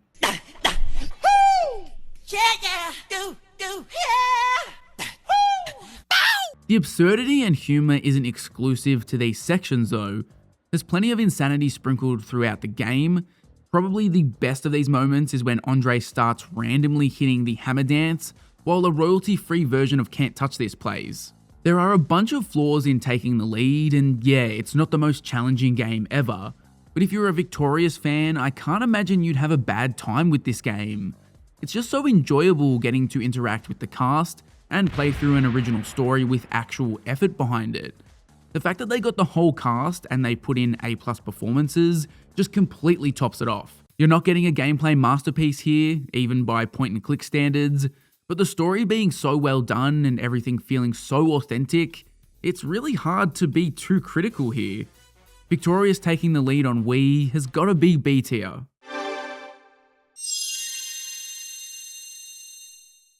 Last, and definitely not least considering some of the train wrecks we've played here today, we've got Victorious taking the lead on the Nintendo DS. Released on the same day as the home console version, this was developed by First Playable Productions, who you might recognize as the developer for most of the Ben 10 DS games. Aside from the game's story, where Jade and Tori are both vying for the lead role in a school play, this game really has nothing in common with the version we just played. Instead of a point-and-click adventure, which easily could have worked on the DS, we've got yet another TeenNick rhythm game. As you start things, you get to choose between playing as Tori or Jade, which makes some minor tweaks to the story, and I believe it determines who your dance partners are for the rhythm game sections. The little spin on the rhythm game formula here is that every level is basically framed like a dance battle, which translates into being a kind of Simon Says type system. Your opponents will hit a bunch of moves, and then you have to copy them in time with the beat. The actions here are pretty basic. For the most part, it's just swiping up, down, left and right, with the only change up being tapping on the screen to clap. There's also a tap the stars thing that will pop up occasionally, but this is more like a bonus action and not really involved with any sort of rhythm. On the top screen, you'll see your opponents act out the moves, and you'll then see the timing of your own moves appear here. with your actions obviously being executed on the bottom screen. As the dance battle plays out, the characters will move to different locations, with some of the most hilariously strange movement animations I've ever seen, which also isn't helped by the fact the character models just don't have faces. And don't even get me started on the background characters. Yet again, these are 2D paper cutout looking things, and this might be the worst example of background characters of any of the TeenNick games. Before you start each level, you can choose your difficulty, which is kinda nice. I like the idea of not being locked into a single difficulty for the whole career mode or story mode, whatever you want to call it, and being able to adjust as you go through. If you're getting towards the end of the campaign and things are starting to get too easy, why not bump the difficulty up to see if that helps things? Unfortunately, altering the difficulty can only do so much because the gameplay here is so dull. While kind of unique, I don't think the Simon Says gameplay is fun to play, and the other issue is that you don't seem to be able to fail levels. I'm pretty sure you could beat the entire game without touching the controls, with the only issue being that you'd have low scores and you wouldn't grab any of the game's unlockables. The best thing I can say about the gameplay is that basically all of your actions are in time with the music. This would be a huge win for the game if the music in this game actually had anything to do with Victorious. For some insane reason, none of the songs you dance to here are from the show. To make matters worse, the songs they use are so ill-fitting for Victorious. Just listen to this Crash Bandicoot-ass song.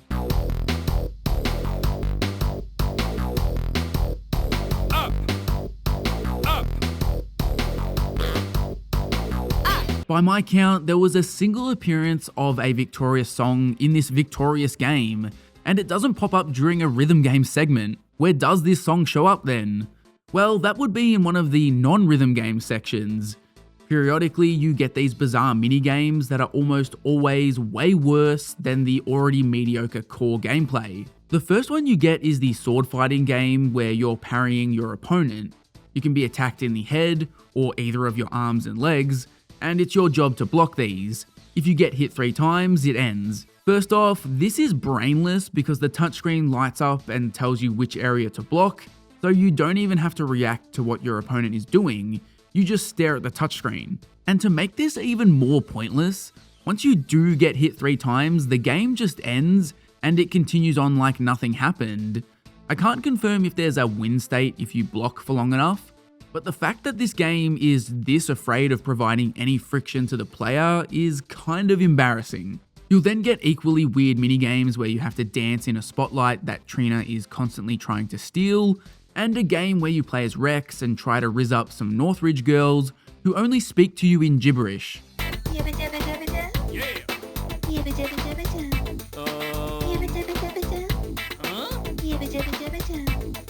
One of the kind of rare positives for this game is that you'll get taken to some ultra-specific locations, like the Gorilla Club, which appeared in a single episode from Season 3. There's also a really neat Just Dance themed level that I got a real kick out of, and a Psychowitz drug trip level for good measure. From start to finish, taking the lead on DS will take you about an hour to beat. Unlike a lot of other games in this video, there actually are some incentives to continue playing though. You unlock a few different things by performing better on songs, and I could maybe see them being a reason to replay levels. The first unlockable you get is pointless.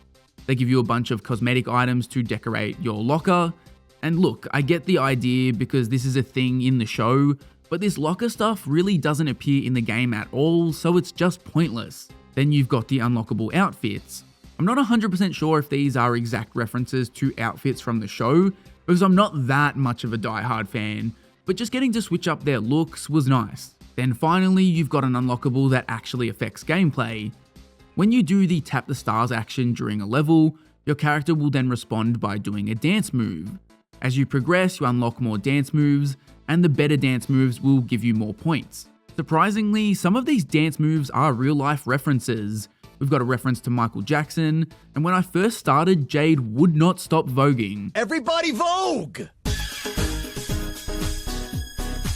Look, Victorious taking the lead on DS isn't a great game, but it's not a complete train wreck either.